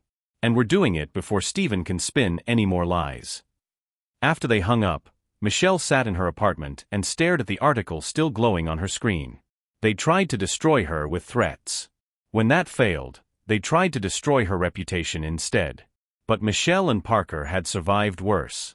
She'd rebuilt her life from nothing, fed her son on empty pockets and stubborn hope. She'd walked into rooms where she didn't belong and made them make space for her. This was just one more room. One more fight. And she was done backing down. The emergency board meeting was called for Tuesday morning at 7 a.m., early enough to catch everyone off guard, timed precisely to maximize pressure. Chris stood at the head of the conference table on the 85th floor, facing 14 board members whose expressions ranged from concerned to openly hostile. Through the floor-to-ceiling windows behind him, Manhattan was just beginning to wake, the sky bleeding from navy to pale gold. Richard Castellano, the board chairman and a venture capitalist who'd been with Raymond Biotech since its series of funding, spoke first. His voice carried the weight of decades in boardrooms where fortunes were made and destroyed before lunch. Chris, we've called this meeting because recent events have raised serious concerns about your judgment and the company's exposure to liability. He gestured to the tablet in front of him, where the tabloid article was presumably still loaded. The media coverage regarding your relationship with Ms. Parker is creating a PR nightmare. Our investors are asking questions. The FDA is watching closely given our pending approvals. And the SEC has informally inquired about our financial oversight procedures. There is no relationship, Chris said, his voice diamond sharp. Michelle Parker is an employee who uncovered evidence of systematic fraud. The tabloid story is a manufactured distraction designed to discredit her before that fraud comes to light. Convenient timing, said Margaret Chun, a former pharmaceutical executive whose skepticism was legendary. She discovers fraud right when her inappropriate involvement with you becomes public knowledge. The involvement isn't inappropriate, it's fabricated. And the timing isn't coincidental. Someone leaked that story specifically to undermine Michelle's credibility as a witness. Or, Stephen Scott said smoothly from his position halfway down the table, Ms. Parker is creating a fraud narrative to cover her own misconduct. Let's examine the facts objectively. He pulled up a presentation on the main screen, his movements practiced and confident. Michelle Parker. Hired despite significant employment gaps and minimal relevant experience. Given an unusually high starting salary for her level. Granted unprecedented access to company resources including childcare, housing assistance, and what amounts to a personal protection detail. Photos filled the screen, Michelle entering Chris's office at various times, security camera footage that Stephen had clearly compiled with meticulous care. Each image was time-stamped, captioned with implications that stopped just short of explicit accusation. Now let's look at financial irregularities that began appearing approximately 6 weeks ago, right when Ms. Parker joined our research division. Stephen advanced the presentation. Small amounts, moved through accounts she had access to as part of her research budget oversight. Amounts that, when traced, lead to offshore accounts and shell companies. Chris's jaw tightened. That's a lie and you know it. Is it? Stephen's expression was sorrowful, almost regretful. Chris, I understand your instinct to protect her. She's vulnerable, she has a child, she told you a compelling story. But we have a fiduciary duty to examine the evidence objectively, regardless of our personal feelings. He clicked again. Financial records appeared, transactions highlighted in red, routing numbers, account names. To anyone not looking closely, they painted a damning picture, money being siphoned from Raymond Biotech through channels Michelle had access to. Chris moved closer to the screen, studying the records with growing fury. The account numbers were similar to legitimate research accounts, but with subtle differences, a transposed digit here, a different routing number there. Someone had created shadow accounts that mimicked the real ones, then attributed transactions to them. "These are fabrications," Chris said, his voice low and dangerous. "Someone created false accounts designed to implicate Michelle." Or, Stephen countered gently, "Ms. Parker created them herself and is now claiming they're fabrications." "Chris, I know this is difficult. You wanted to help her. Your sister's death made you vulnerable to exactly this kind of manipulation. A desperate mother, a sick child, a story that pulled at your guilt. But we can't let compassion blind us to evidence." The invocation of Emily, his dead sister, the wound Stephen knew damn well never healed, made Chris's hands curl into fists. Around the table, board members shifted uncomfortably. Some looked sympathetic. Others looked convinced. Richard Castellano cleared his throat. "Chris, the board needs to discuss this privately.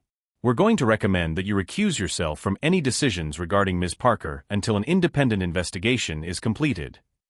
"An independent investigation I fully support," Chris said.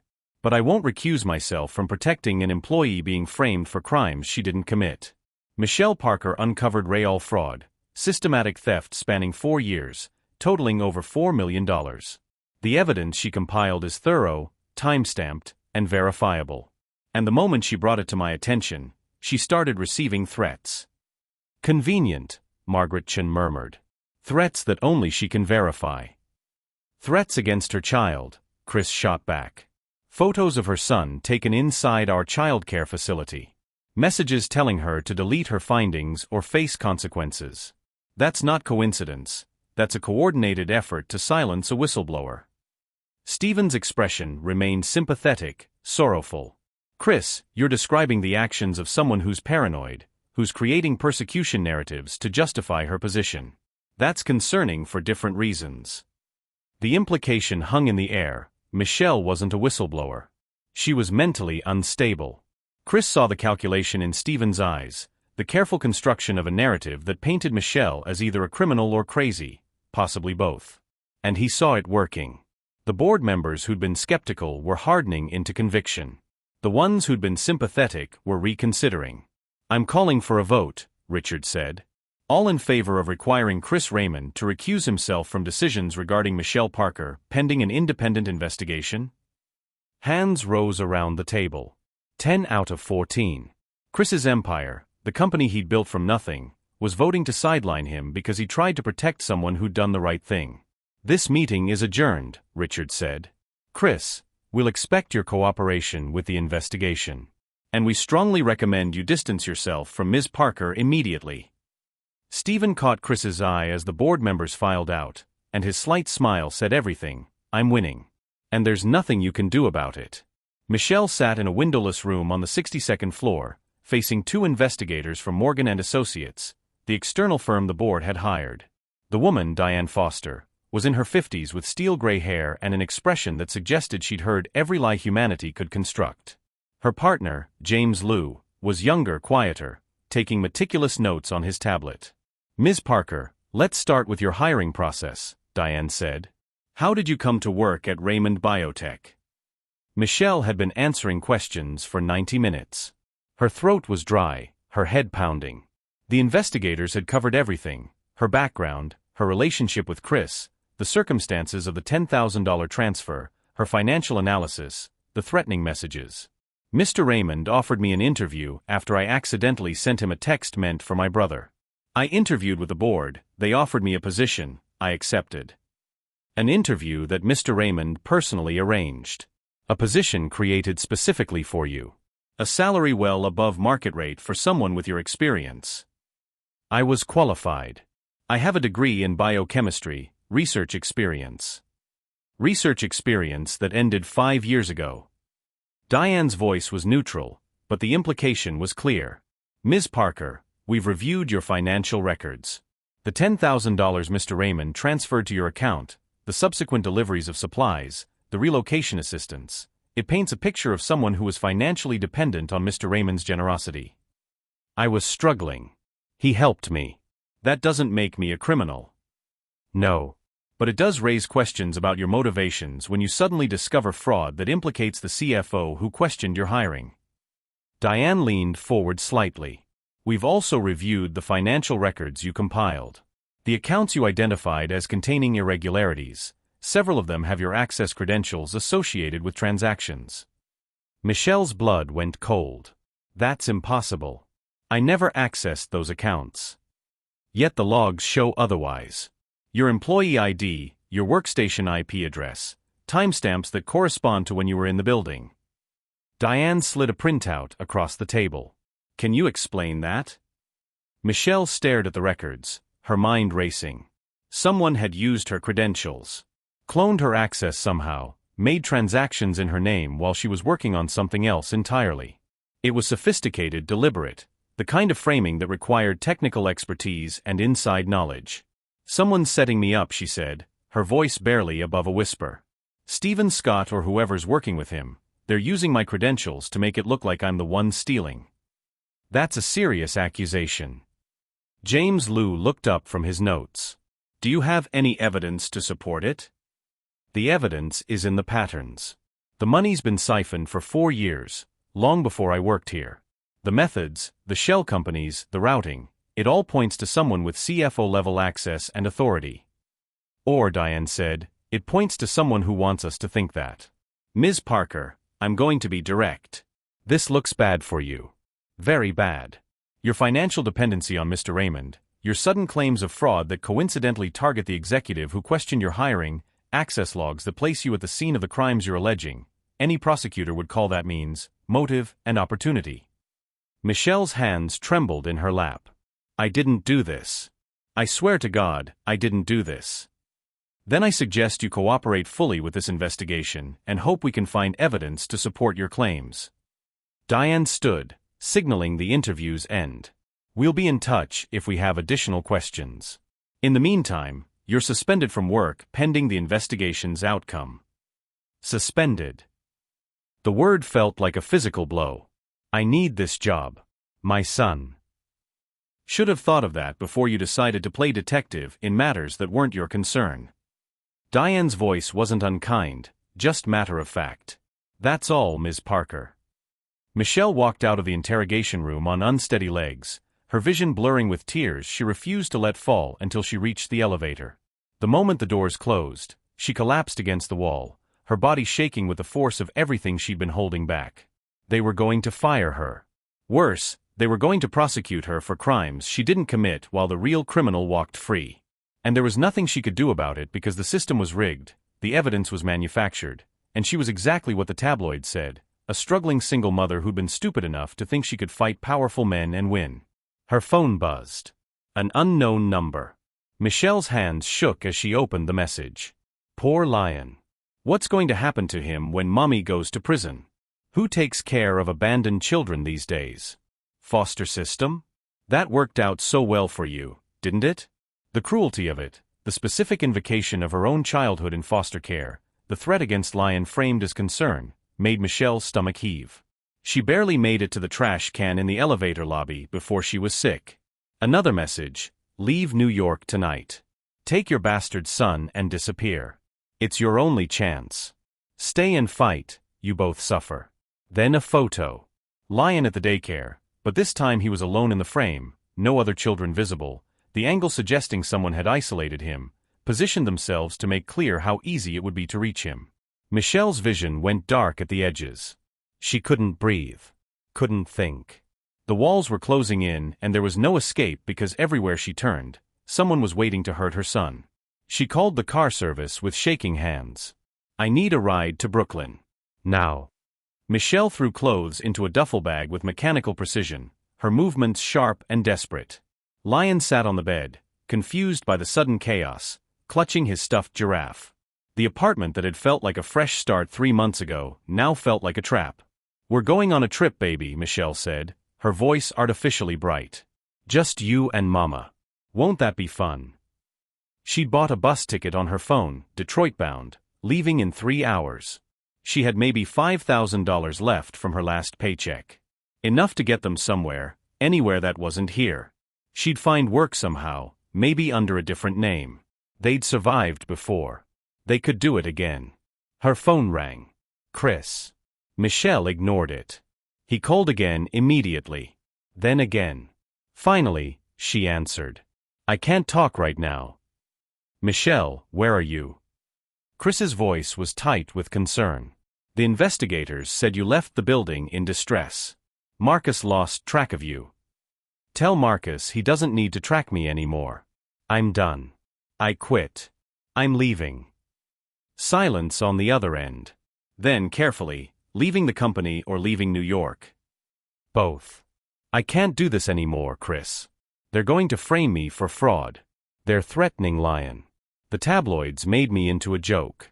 And I don't have the resources to fight people who can manufacture evidence and buy investigators, and her voice cracked. I'm tired. I'm so tired, and I just want to take my son somewhere safe. Michelle, listen to me. Chris's voice was urgent. If you run, it proves every lie Steven's been telling. You become a fugitive, which makes you look guilty. And wherever you go, they'll find you. Steven has resources, connections. Running doesn't end this, it just makes you more vulnerable. Staying makes Lion a target. Leaving makes him a victim. Chris paused, letting the words land. You think they'll stop if you run? They'll use your disappearance as evidence against me, paint you as my accomplice who fled prosecution. And Lion grows up knowing his mother ran instead of fighting for what's right. Michelle sank onto the bed, her duffel bag half-packed beside her. I don't know how to fight this. They've thought of everything. Then we think of more. Michelle, I've been building a case while they've been spinning narratives. I have forensic accountants reviewing the real records, not the doctored version Steven showed the board. I have cybersecurity experts tracing those access logs to prove your credentials were cloned. I have attorneys preparing to file charges against Steven for corporate fraud, witness intimidation, and conspiracy. That takes time. Lion doesn't have time. Which is why I'm moving him and you to a secure location tonight. Not a hotel, my private residence in Westchester. 24-hour security, vetted staff, no one gets near either of you without going through armed protection. Chris's voice softened. You don't have to do this alone. That's what I've been trying to tell you. Let me help. Let me use the resources I have to protect you while we build the case that puts Steven in prison. Michelle closed her eyes, tears streaming down her face. Why are you doing this? You could distance yourself, let me take the fall, protect your company. Because you're not just an employee. You're someone who did the right thing at enormous personal cost, and I'll be damned if I let that cost you everything. He paused. And because I know what it's like to be powerless while someone you love is threatened. I couldn't save my sister. But I can save you and Lion. If you let me. The vulnerability in his voice, the raw honesty that he usually kept buried under layers of control, reached something deep in Michelle's chest. She looked at Lion, still clutching his giraffe, watching her with dark eyes that trusted her completely. Okay, she whispered. Okay. We'll stay. But Chris, if anything happens to Lion because of this. It won't. I promise you it won't. They spent that evening in Chris's Westchester estate, a sprawling property with grounds monitored by security systems that would impress a military installation. Lion was delighted by the space, running through rooms that echoed with his laughter. Michelle sat in the study with Chris, spreading documents across a massive oak table, building their counterattack. These shell companies, Chris said, pointing to the records Michelle had compiled. They all route through the same offshore bank in Grand Cayman. That bank has strict confidentiality laws, but they cooperate with federal subpoenas. So we need federal involvement. Which means FBI, not just civil litigation. Chris pulled up another file. I've been in contact with the Bureau's Financial Crimes Division. They're interested, but they need ironclad evidence before they move. Michelle studied the documents, her scientific mind engaging with the puzzle despite her exhaustion. The access logs they showed me, the ones supposedly proving I made those transactions. Can your cybersecurity team prove they were fabricated? They're working on it. But Steven's good, he covered his tracks carefully. Not carefully enough. Michelle's eyes narrowed. Every transaction leaves metadata. Timestamp, IP address, device signature. If my credentials were cloned, there should be instances where I accessed multiple systems simultaneously from different locations. No one can be in two places at once. Chris looked at her with something like admiration. You're brilliant, you know that? Michelle felt heat rise to her face. I'm desperate. Desperation makes you creative. No. You're seeing patterns because you're trained to see them. Chris held her gaze, and something shifted in the air between them, an acknowledgement of partnership that went beyond employee and employer, beyond protector and protected. We're going to win this, Michelle. Together. The word together settled in her chest, warm and solid. For the first time since the nightmare began, Michelle allowed herself to believe it might be true. Outside the study windows, night had fallen over the estate. Inside, a billionaire and a struggling single mother worked side by side, building the case that would either save them both or destroy everything they'd fought for. The battle was far from over. But for the first time, Michelle felt like she wasn't fighting alone. The federal courthouse in Lower Manhattan was a monument to justice rendered in marble and granite, its neoclassical columns suggesting permanence and impartiality. Michelle climbed the steps on a frigid January morning, Lyon's hand clasped tightly in hers, and felt the weight of 100 camera lenses tracking her movement. Reporters shouted questions that blurred into a wall of noise. Protesters held signs, some supporting her, most condemning. Gold digger. Corporate criminal. Billionaire's mistress. Chris walked beside her, his expression carved from stone, his hand resting protectively on her lower back. Behind them, Marcus Webb and 2 additional security personnel formed a human shield against the press of bodies. They'd made it 3 steps when someone threw something, a rotten tomato that splattered against the courthouse steps, missing Michelle by inches. Lyon pressed against her leg, frightened. Michelle scooped him up, shielding his face against her shoulder. It's okay, baby. Almost inside. The courtroom was packed beyond capacity, spectators crammed into every available seat, standing room filled with journalists and legal observers. This wasn't just a fraud trial. It had become a cultural referendum on power, race, gender, and who deserved second chances. The prosecution had done their job well. Michelle wasn't just accused of embezzlement. She was the symbol of everything wrong with corporate America, a manipulator who'd exploited a billionaire's guilt and stolen millions while hiding behind her child. Michelle took her seat at the defense table, Chris immediately to her right, their attorney, Elena Vasquez, a former federal prosecutor with a reputation for destroying seemingly airtight cases, on her left. Across the aisle, Stephen Scott sat with his legal team, looking every inch the wronged executive. His suit was impeccable, his expression appropriately grave. When his eyes met Michelle's, he smiled slightly. A private communication, you've already lost. Judge Patricia Brennan entered, and the courtroom rose. She was 63, known for her no-nonsense approach and immunity to theatrics. Be seated, she said, her voice cutting through the murmur. This is a court of law, not a circus. Anyone disrupting proceedings will be removed. Are we clear? The trial began. The prosecution's opening statement was surgical.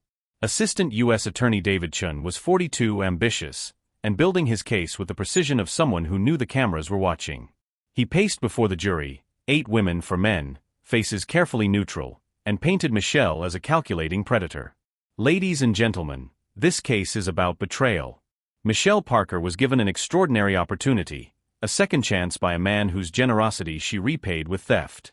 The evidence will show that Ms. Parker, with intimate access to Raymond Biotech's financial systems, systematically siphoned over $4 million through shell companies and offshore accounts. She created a web of false transactions, used her employer's credentials, and when discovered, attempted to frame the very CFO who'd questioned her qualifications from the beginning. He clicked a remote. The screens around the courtroom filled with damning images, Michelle entering Chris's office late at night. Financial records showing her employee ID attached to fraudulent transactions. The $10,000 transfer from Chris's personal account. Hotel receipts from her initial New York visit. The defense will claim Ms. Parker is a whistleblower, a victim, a mother fighting for her child. But the evidence tells a different story. It tells us about a woman who saw opportunity in a billionaire's guilt and exploited it ruthlessly. A woman who, when caught, manufactured a conspiracy theory to deflect blame. Chun returned to his table, his performance complete. Around the courtroom, Michelle could feel the jury's eyes on her, assessing, judging. She forced herself to sit still, to breathe, to project innocence she knew they didn't see. Elena Vasquez rose, her movements unhurried. She was a small woman, barely 5'2", but she commanded space through sheer force of competence. Mr. Chun has told you a compelling story.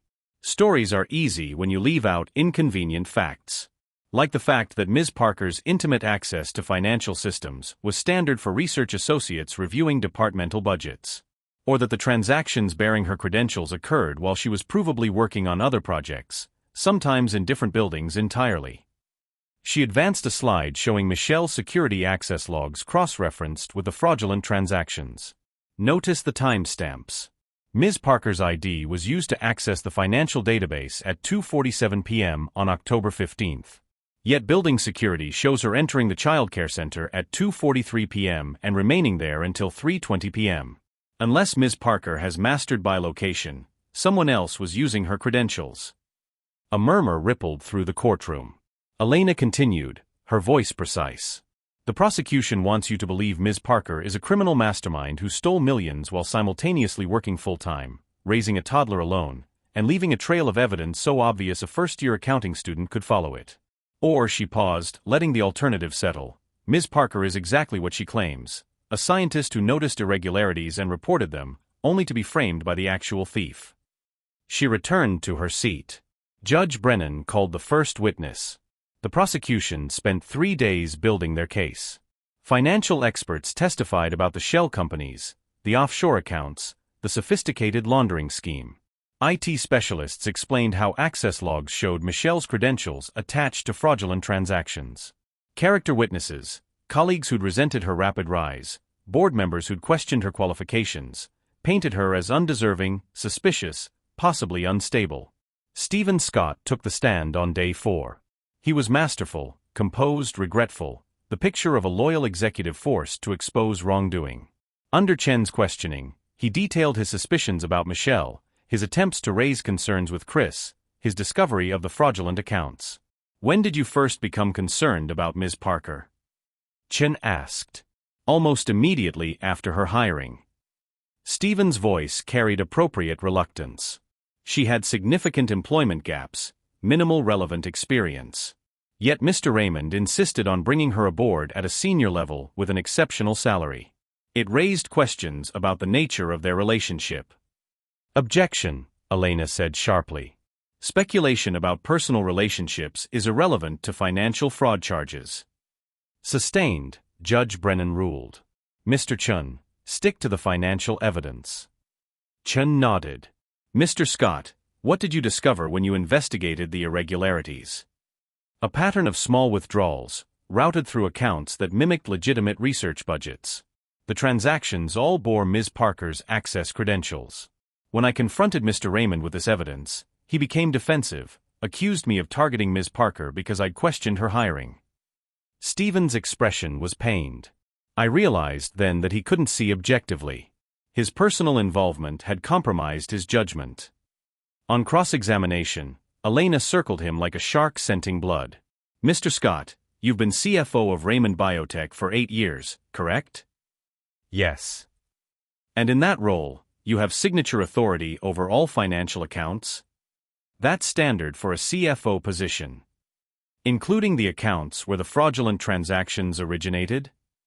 Stephen's smile was patient. Those accounts were created by Ms. Parker using her research division access. They bypassed standard approval channels. How convenient. Elena pulled up a document. This is the audit trail for one of the fraudulent accounts. It shows initial creation date of March 2021, 2 years before Ms. Parker was hired. Can you explain how she created an account before she worked at the company? The courtroom went silent. Stephen barely hesitated. That account was legitimate. Ms. Parker co-opted it for illicit purposes after joining the company. So the account existed legitimately for 2 years, then suddenly became fraudulent the moment Ms. Parker had access to it? She saw an opportunity and exploited it. Elena smiled thinly. We'll return to that. Mr. Scott, do you have any offshore accounts? Objection, Chen called. Relevance. Goes to bias, Your Honor, Elena replied. The witness is accusing my client of using offshore accounts. His own financial arrangements are relevant. I'll allow it, Judge Brennan said. Answer the question, Mr. Scott. I have a retirement account in the Cayman Islands, established legally through my financial advisor. It's fully documented in my tax returns. And the account in Singapore? The one in Zurich? The shell company registered in Delaware under your wife's maiden name. Stephen's composure cracked infinitesimally. Those are legitimate investment vehicles. Legitimate investment vehicles that coincidentally route funds through the same banks used in the fraud you're attributing to Ms. Parker. Elena's voice was surgical. Isn't it true, Mr. Scott, that you've been systematically embezzling from Raymond Biotech for 4 years, and when Ms. Parker discovered the pattern, you attempted to frame her? That's a lie. Stephen's voice hardened. A desperate fabrication from a woman facing prison. We'll see. Elena returned to her table. No further questions. The prosecution rested on day 6. The defense began immediately. Elena called forensic accountants who detailed the true origin of the fraudulent accounts, all created before Michelle's employment, all routed through financial channels requiring CFO-level authorization.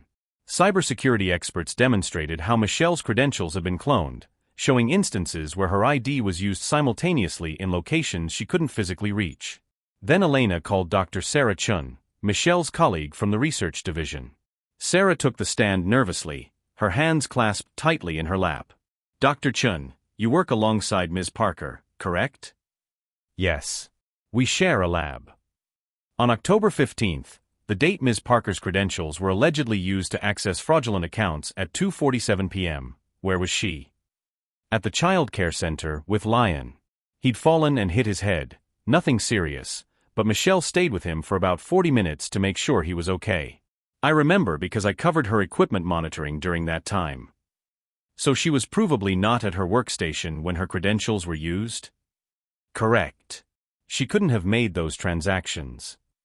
Under cross-examination, Chen tried to shake Sarah's testimony, suggesting she was lying to protect a friend. Sarah's voice strengthened. I'm not lying. I'm a scientist. I deal in observable facts. Michelle was in the child care center. Her computer was locked. Someone else used her credentials. The jury was listening now, leaning forward. Michelle felt the momentum shift, subtle but real. Then Elena stood. Your Honor, the defense calls Thomas Brenner. A collective gasp rippled through the courtroom. Thomas Brenner was Raymond Biotech's former head of internal security, a man who'd resigned abruptly 3 months ago. He walked to the stand with the bearing of someone who'd made peace with difficult decisions. After being sworn in, Elena got straight to it. Mr. Brenner, why did you resign from Raymond Biotech? I was asked to falsify security logs. His voice was steady, matter-of-fact.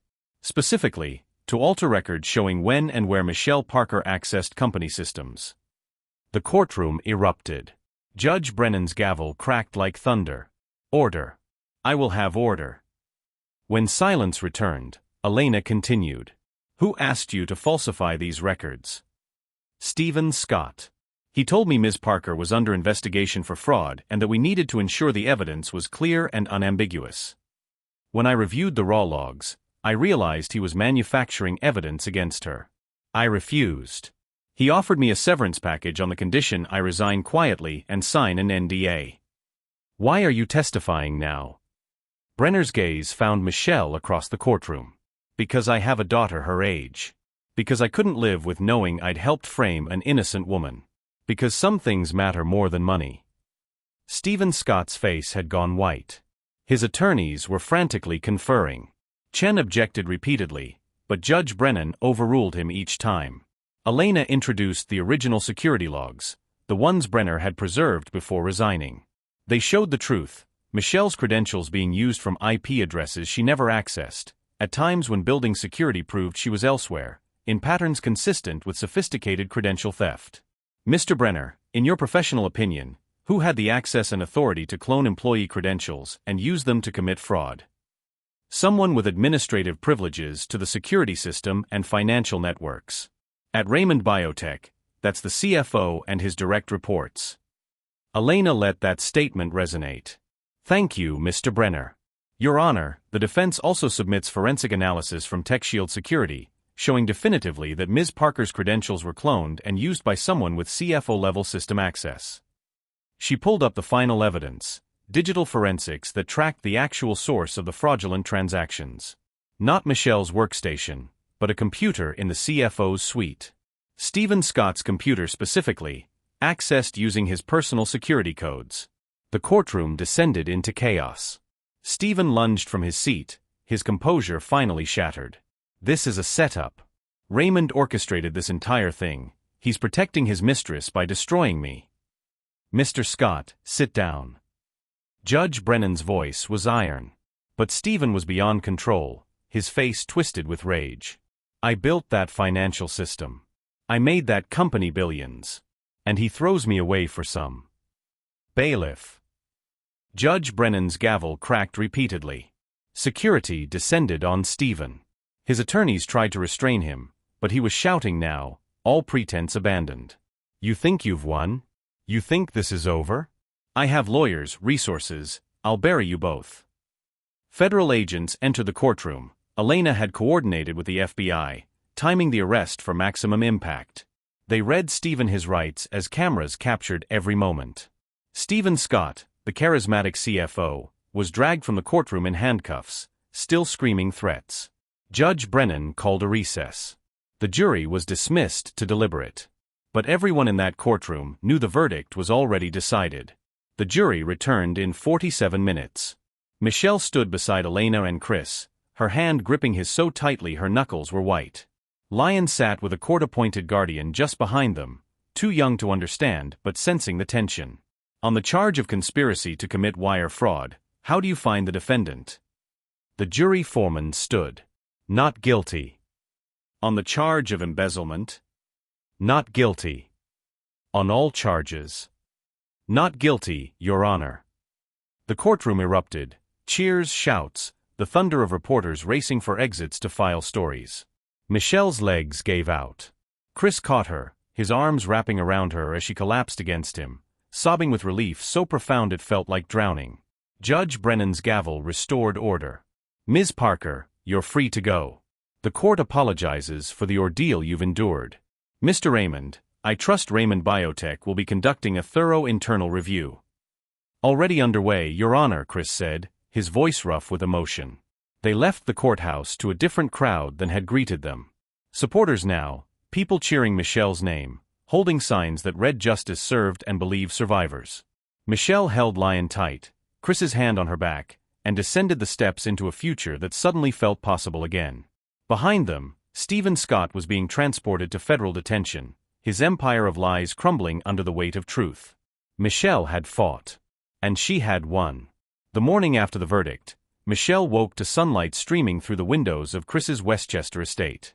For the first time in months, she'd slept through the night, no nightmares, no jolting awake at phantom sounds, no compulsive checking to ensure Lyon was still breathing peacefully in the next room. Her body felt lighter, as if the weight she'd been carrying had finally been lifted. Lyon was already awake, his voice drifting from downstairs, a stream of toddler babble punctuated by delighted laughter. Michelle pulled on a robe and followed the sound, finding him in the kitchen with Chris. The billionaire was still in his pajama pants and a t-shirt, his usually immaculate hair disheveled, attempting to flip pancakes while Lyon banged a wooden spoon against a pot in enthusiastic accompaniment. I think we're creating a symphony, Chris said when he noticed her. His smile was unguarded genuine, an expression she'd seen more frequently in recent weeks but which still caught her off guard with its warmth. More like a percussion nightmare. Michelle crossed to Lyon, scooping him up and pressing kisses to his face until he squirmed with giggles. But I love it. Chris plated the pancakes, slightly burnt on one side but made with clear effort, and they ate together at the kitchen island. It was domestic in a way that felt both comfortable and surreal. 3 months ago, Michelle had been alone in Detroit, counting pennies and wondering how she'd survive another week. Now she sat in a billionaire's kitchen, eating imperfect pancakes with a man who'd risked everything to protect her. The board wants to meet this afternoon, Chris said, setting down his coffee. They've requested you attend. Michelle's stomach tightened reflexively. Should I be worried? No. Chris's voice carried certainty. They want to apologize. Formally. And discuss your reinstatement with conditions you'll actually want to hear. The boardroom felt different this time. The same floor-to-ceiling windows, the same mahogany table, but the atmosphere had shifted fundamentally. The 14 board members who'd once looked at Michelle with suspicion and disdain now stood as she entered, a gesture of respect that made her throat tight. Richard Castellano spoke first, his usual gruff authority tempered with something that might have been humility. "Ms. Parker, on behalf of the board, I want to apologize for our failure to believe you, to protect you, and to recognize that your allegations were credible and crucial. You uncovered fraud that could have destroyed this company, and we responded by treating you as the criminal." Margaret Chun, the woman who'd called Michelle's claims convenient, stepped forward. "I was wrong about you. Completely wrong. Your integrity and courage under circumstances that would have broken most people are remarkable. Raymond Biotech is fortunate you didn't walk away when you had every right to." One by one, the board members offered similar apologies. Some were clearly uncomfortable, struggling with admissions of misjudgment. Others were genuine, acknowledging the role that bias, about Michelle's background, her race, her gender, her relationship with Chris, had played in their initial dismissal of her concerns. When they finished, Richard cleared his throat. "We'd like to offer you reinstatement, Ms. Parker.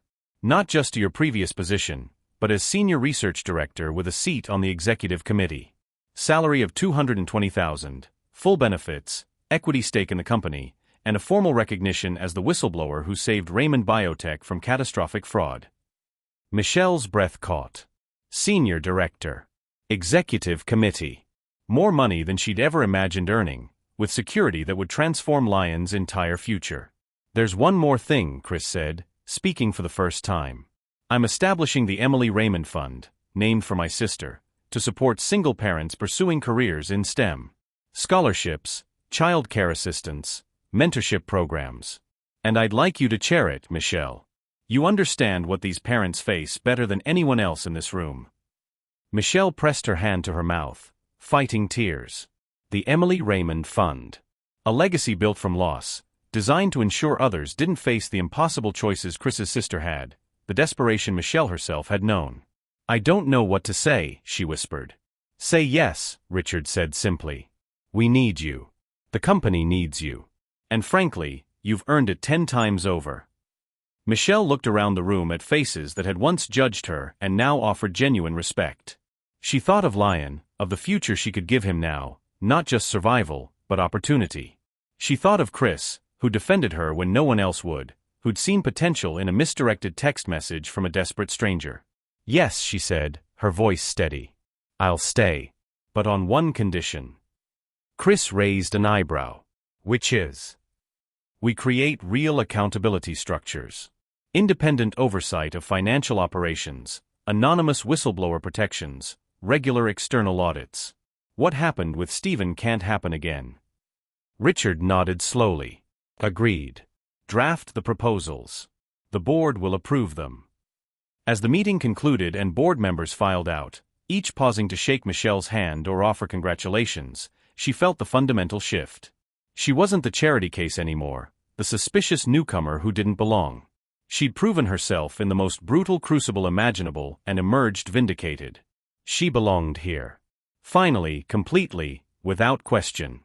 2 weeks later, Michelle stood in her new office on the 77th floor, smaller than Chris's corner suite but with floor-to-ceiling windows overlooking Manhattan's glittering expanse. Her name was on the door, gold letters that caught the afternoon light: Dr. Michelle and Parker, Senior Research Director. She'd moved into a 3-bedroom apartment in a safe Brooklyn neighborhood, close enough to Raymond Biotech for an easy commute but with a park nearby where Lion could play. The apartment had actual closet space, a kitchen with appliances that worked, windows that didn't rattle in storms. It was hers, not borrowed, not temporary, but genuinely hers, secured by a career she'd earned. Lion had adjusted remarkably well. The childcare center, now with enhanced security protocols Michelle had personally reviewed, had become his favorite place. He had friends, routines, the stability every child deserved. When Michelle picked him up each evening, his face lit up with stories she couldn't quite follow but listened to anyway, her heart full. The tabloids had issued retractions, small, buried in back pages, but legally required. The narrative had shifted from billionaire's mistress to whistleblower who exposed corruption, though some outlets still implied the relationship was more than professional. Michelle had learned to ignore the noise. What mattered was the truth, and the truth had won. A knock at her office door pulled her from reflection. Chris stood in the doorway, holding 2 cups of coffee. "Thought you might need this," he said, entering. "Your first week as senior director. How does it feel?" "Surreal." Michelle accepted the coffee, perfectly prepared, the way she'd mentioned liking it once in passing. He'd remembered. "Like I'm going to wake up back in Detroit, and this will all have been a fever dream." Chris settled into one of the chairs across from her desk. "It's real. You're here because you earned it. I'm here because you gave me a chance when no one else would. I gave you an interview. You did everything after that." He paused, his blue eyes studying her with an intensity that made her pulse quicken. "Michelle, I need to tell you something." The shift in his tone made her set down her coffee. "Okay. When I received your text that night, the wrong number, the plea for $50, something in me recognized something in you. A desperation I understood, a fight I'd fought myself. I told myself I was helping because it was the right thing to do, because of Emily, because I had resources you needed." He leaned forward, his elbows on his knees, his expression more vulnerable than she'd ever seen it. But that wasn't the whole truth. Michelle's breath caught. What was the whole truth? "I was lonely. Surrounded by people but completely isolated because no one saw me. They saw my money, my power, what I could do for them. You saw me. Even when you didn't know who I was, when I was just a stranger who answered your misdirected message, you saw me as a person capable of kindness. That's rare in my world. Maybe that's why I couldn't let go." The confession hung between them, honest and raw. Michelle felt her heart hammering. "Chris. I'm not telling you this to pressure you," he said quickly. "You work for me, which creates a power dynamic I'm acutely aware of. Your job is secure regardless of how you respond to what I'm saying. But I needed you to know that somewhere between that first text and now, you became important to me. Not as an employee. Not as a project or a responsibility. As Michelle. As someone I admire, respect," and he stopped, seeming to struggle with the words. "Care about." Michelle supplied softly. "Yes." The word was exhaled, like relief. "I care about you. About Lion. About the life you're building. And I want to be part of it, if you'll let me. Not as your employer or your protector, but as a friend." Michelle's voice was gentle, testing the waters. Chris smiled, though something flickered in his eyes, disappointment perhaps, or understanding. "If that's what you want, then yes. A friend." Michelle stood, moving around her desk to sit in the chair beside him rather than across from him. The change in position was deliberate, equalizing. "Chris, you saved my life. You and Lion's life. I will be grateful for that until the day I die. But gratitude is complicated. It can look like other feelings, especially when you're vulnerable and someone swoops in as your rescuer." "I know." His voice was quiet. "That's why I'm not asking for an answer now. I'm just being honest about where I stand." Michelle reached for his hand, her fingers intertwining with his. "I care about you too. More than I probably should, given everything. But I need time to figure out what these feelings are when they're not tangled up in survival and trauma and gratitude. Can you give me that time?" Chris's hand tightened around hers. "I can give you all the time you need. As long as you're in my life in some capacity, I'm okay with whatever shape that takes."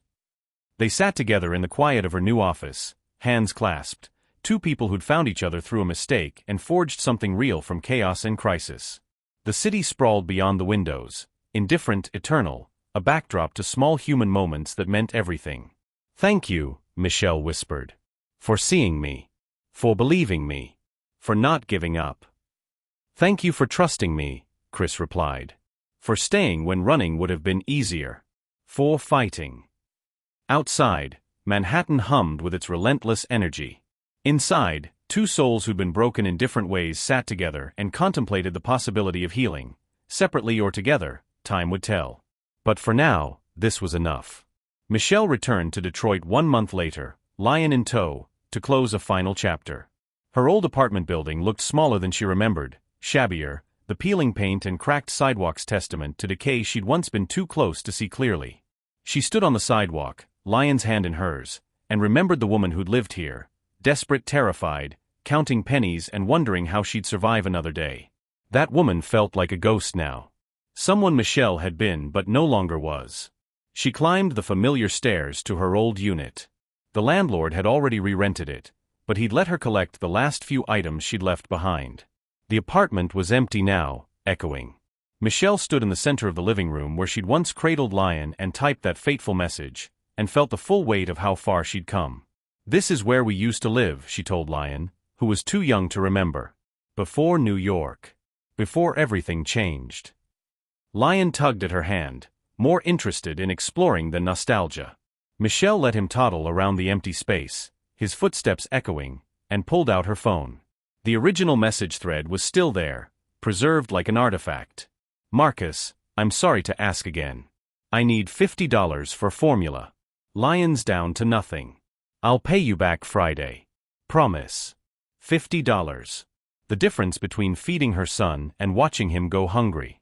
The message that had landed in the wrong hands and changed everything. She scrolled to Chris's first response, "Is your baby going to be okay?" 7 words that had bridged 2 worlds, desperation and privilege, struggle and power. 7 words that had led to this moment, standing in an empty apartment with a secure future and a man who'd seen her worth when she'd barely seen it herself. Michelle typed a new message, "Lion and I are in Detroit, closing the old chapter. Thought you'd want to know, the apartment looks smaller now. Everything does. Distance gives perspective." Chris's response came quickly, "Some distances are worth traveling. Let me know when you're back. We have Emily Fund proposals to review." Michelle smiled. Business and personal, forever intertwined but no longer threatening. They'd find their equilibrium eventually, whether as colleagues, friends, or something more. The future was unwritten, full of possibility rather than dread. Lion tugged at her leg. "Home, Mama." "Yes, baby. Let's go home." They left the apartment for the last time, Michelle locking the door on a past that had shaped her but no longer defined her. On the flight back to New York, Lion slept against her shoulder while Michelle stared out the window at clouds painted gold by the setting sun. She thought about wrong numbers and right chances. About billionaires who answered desperate texts and single mothers who refused to give up. About systemic injustice and individual courage, about fighting when surrender seemed easier. Most of all, she thought about hope, how fragile it was, how powerful, how it could be kindled by the smallest gesture and grow into something that changed lives. Michelle pressed a kiss to Lion's forehead and whispered the truth she'd learned through fire and vindication. It was never just about the money, baby. It was about hope. And hope, real hope, that's something no one can take away. Below them, New York's lights began to glow as darkness fell. They were going home, to an apartment Michelle owned, a job she'd earned, a future she'd fought for. Together, she and Lion descended through the clouds toward the city that had broken them and remade them stronger. The wrong number had become the right path. And Michelle and Parker, who'd once had nothing but her son and her stubborn refusal to quit, now had everything that mattered: security, dignity, purpose, and the knowledge that she was exactly where she belonged. The story that began with $50 and a desperate text had transformed into something greater, a testament to resilience, to the power of seeing people rather than circumstances, to believing that everyone deserves a second chance. And as the plane touched down and Lion stirred awake, reaching for his mother with complete trust, Michelle smiled. Because she'd learned the most important lesson of all. Sometimes the wrong number is exactly right. Thank you so much for watching this story. Your support means the world to me. Every view, like, comment, and subscription helps this channel grow and encourages me to keep creating more amazing content for you. If you enjoyed the movie, please don't forget to like, comment where you watched from, and subscribe so you don't miss the next one. And before you go, make sure to click on the screen now to watch our next video. You're going to love it. Much love and see you in the next story.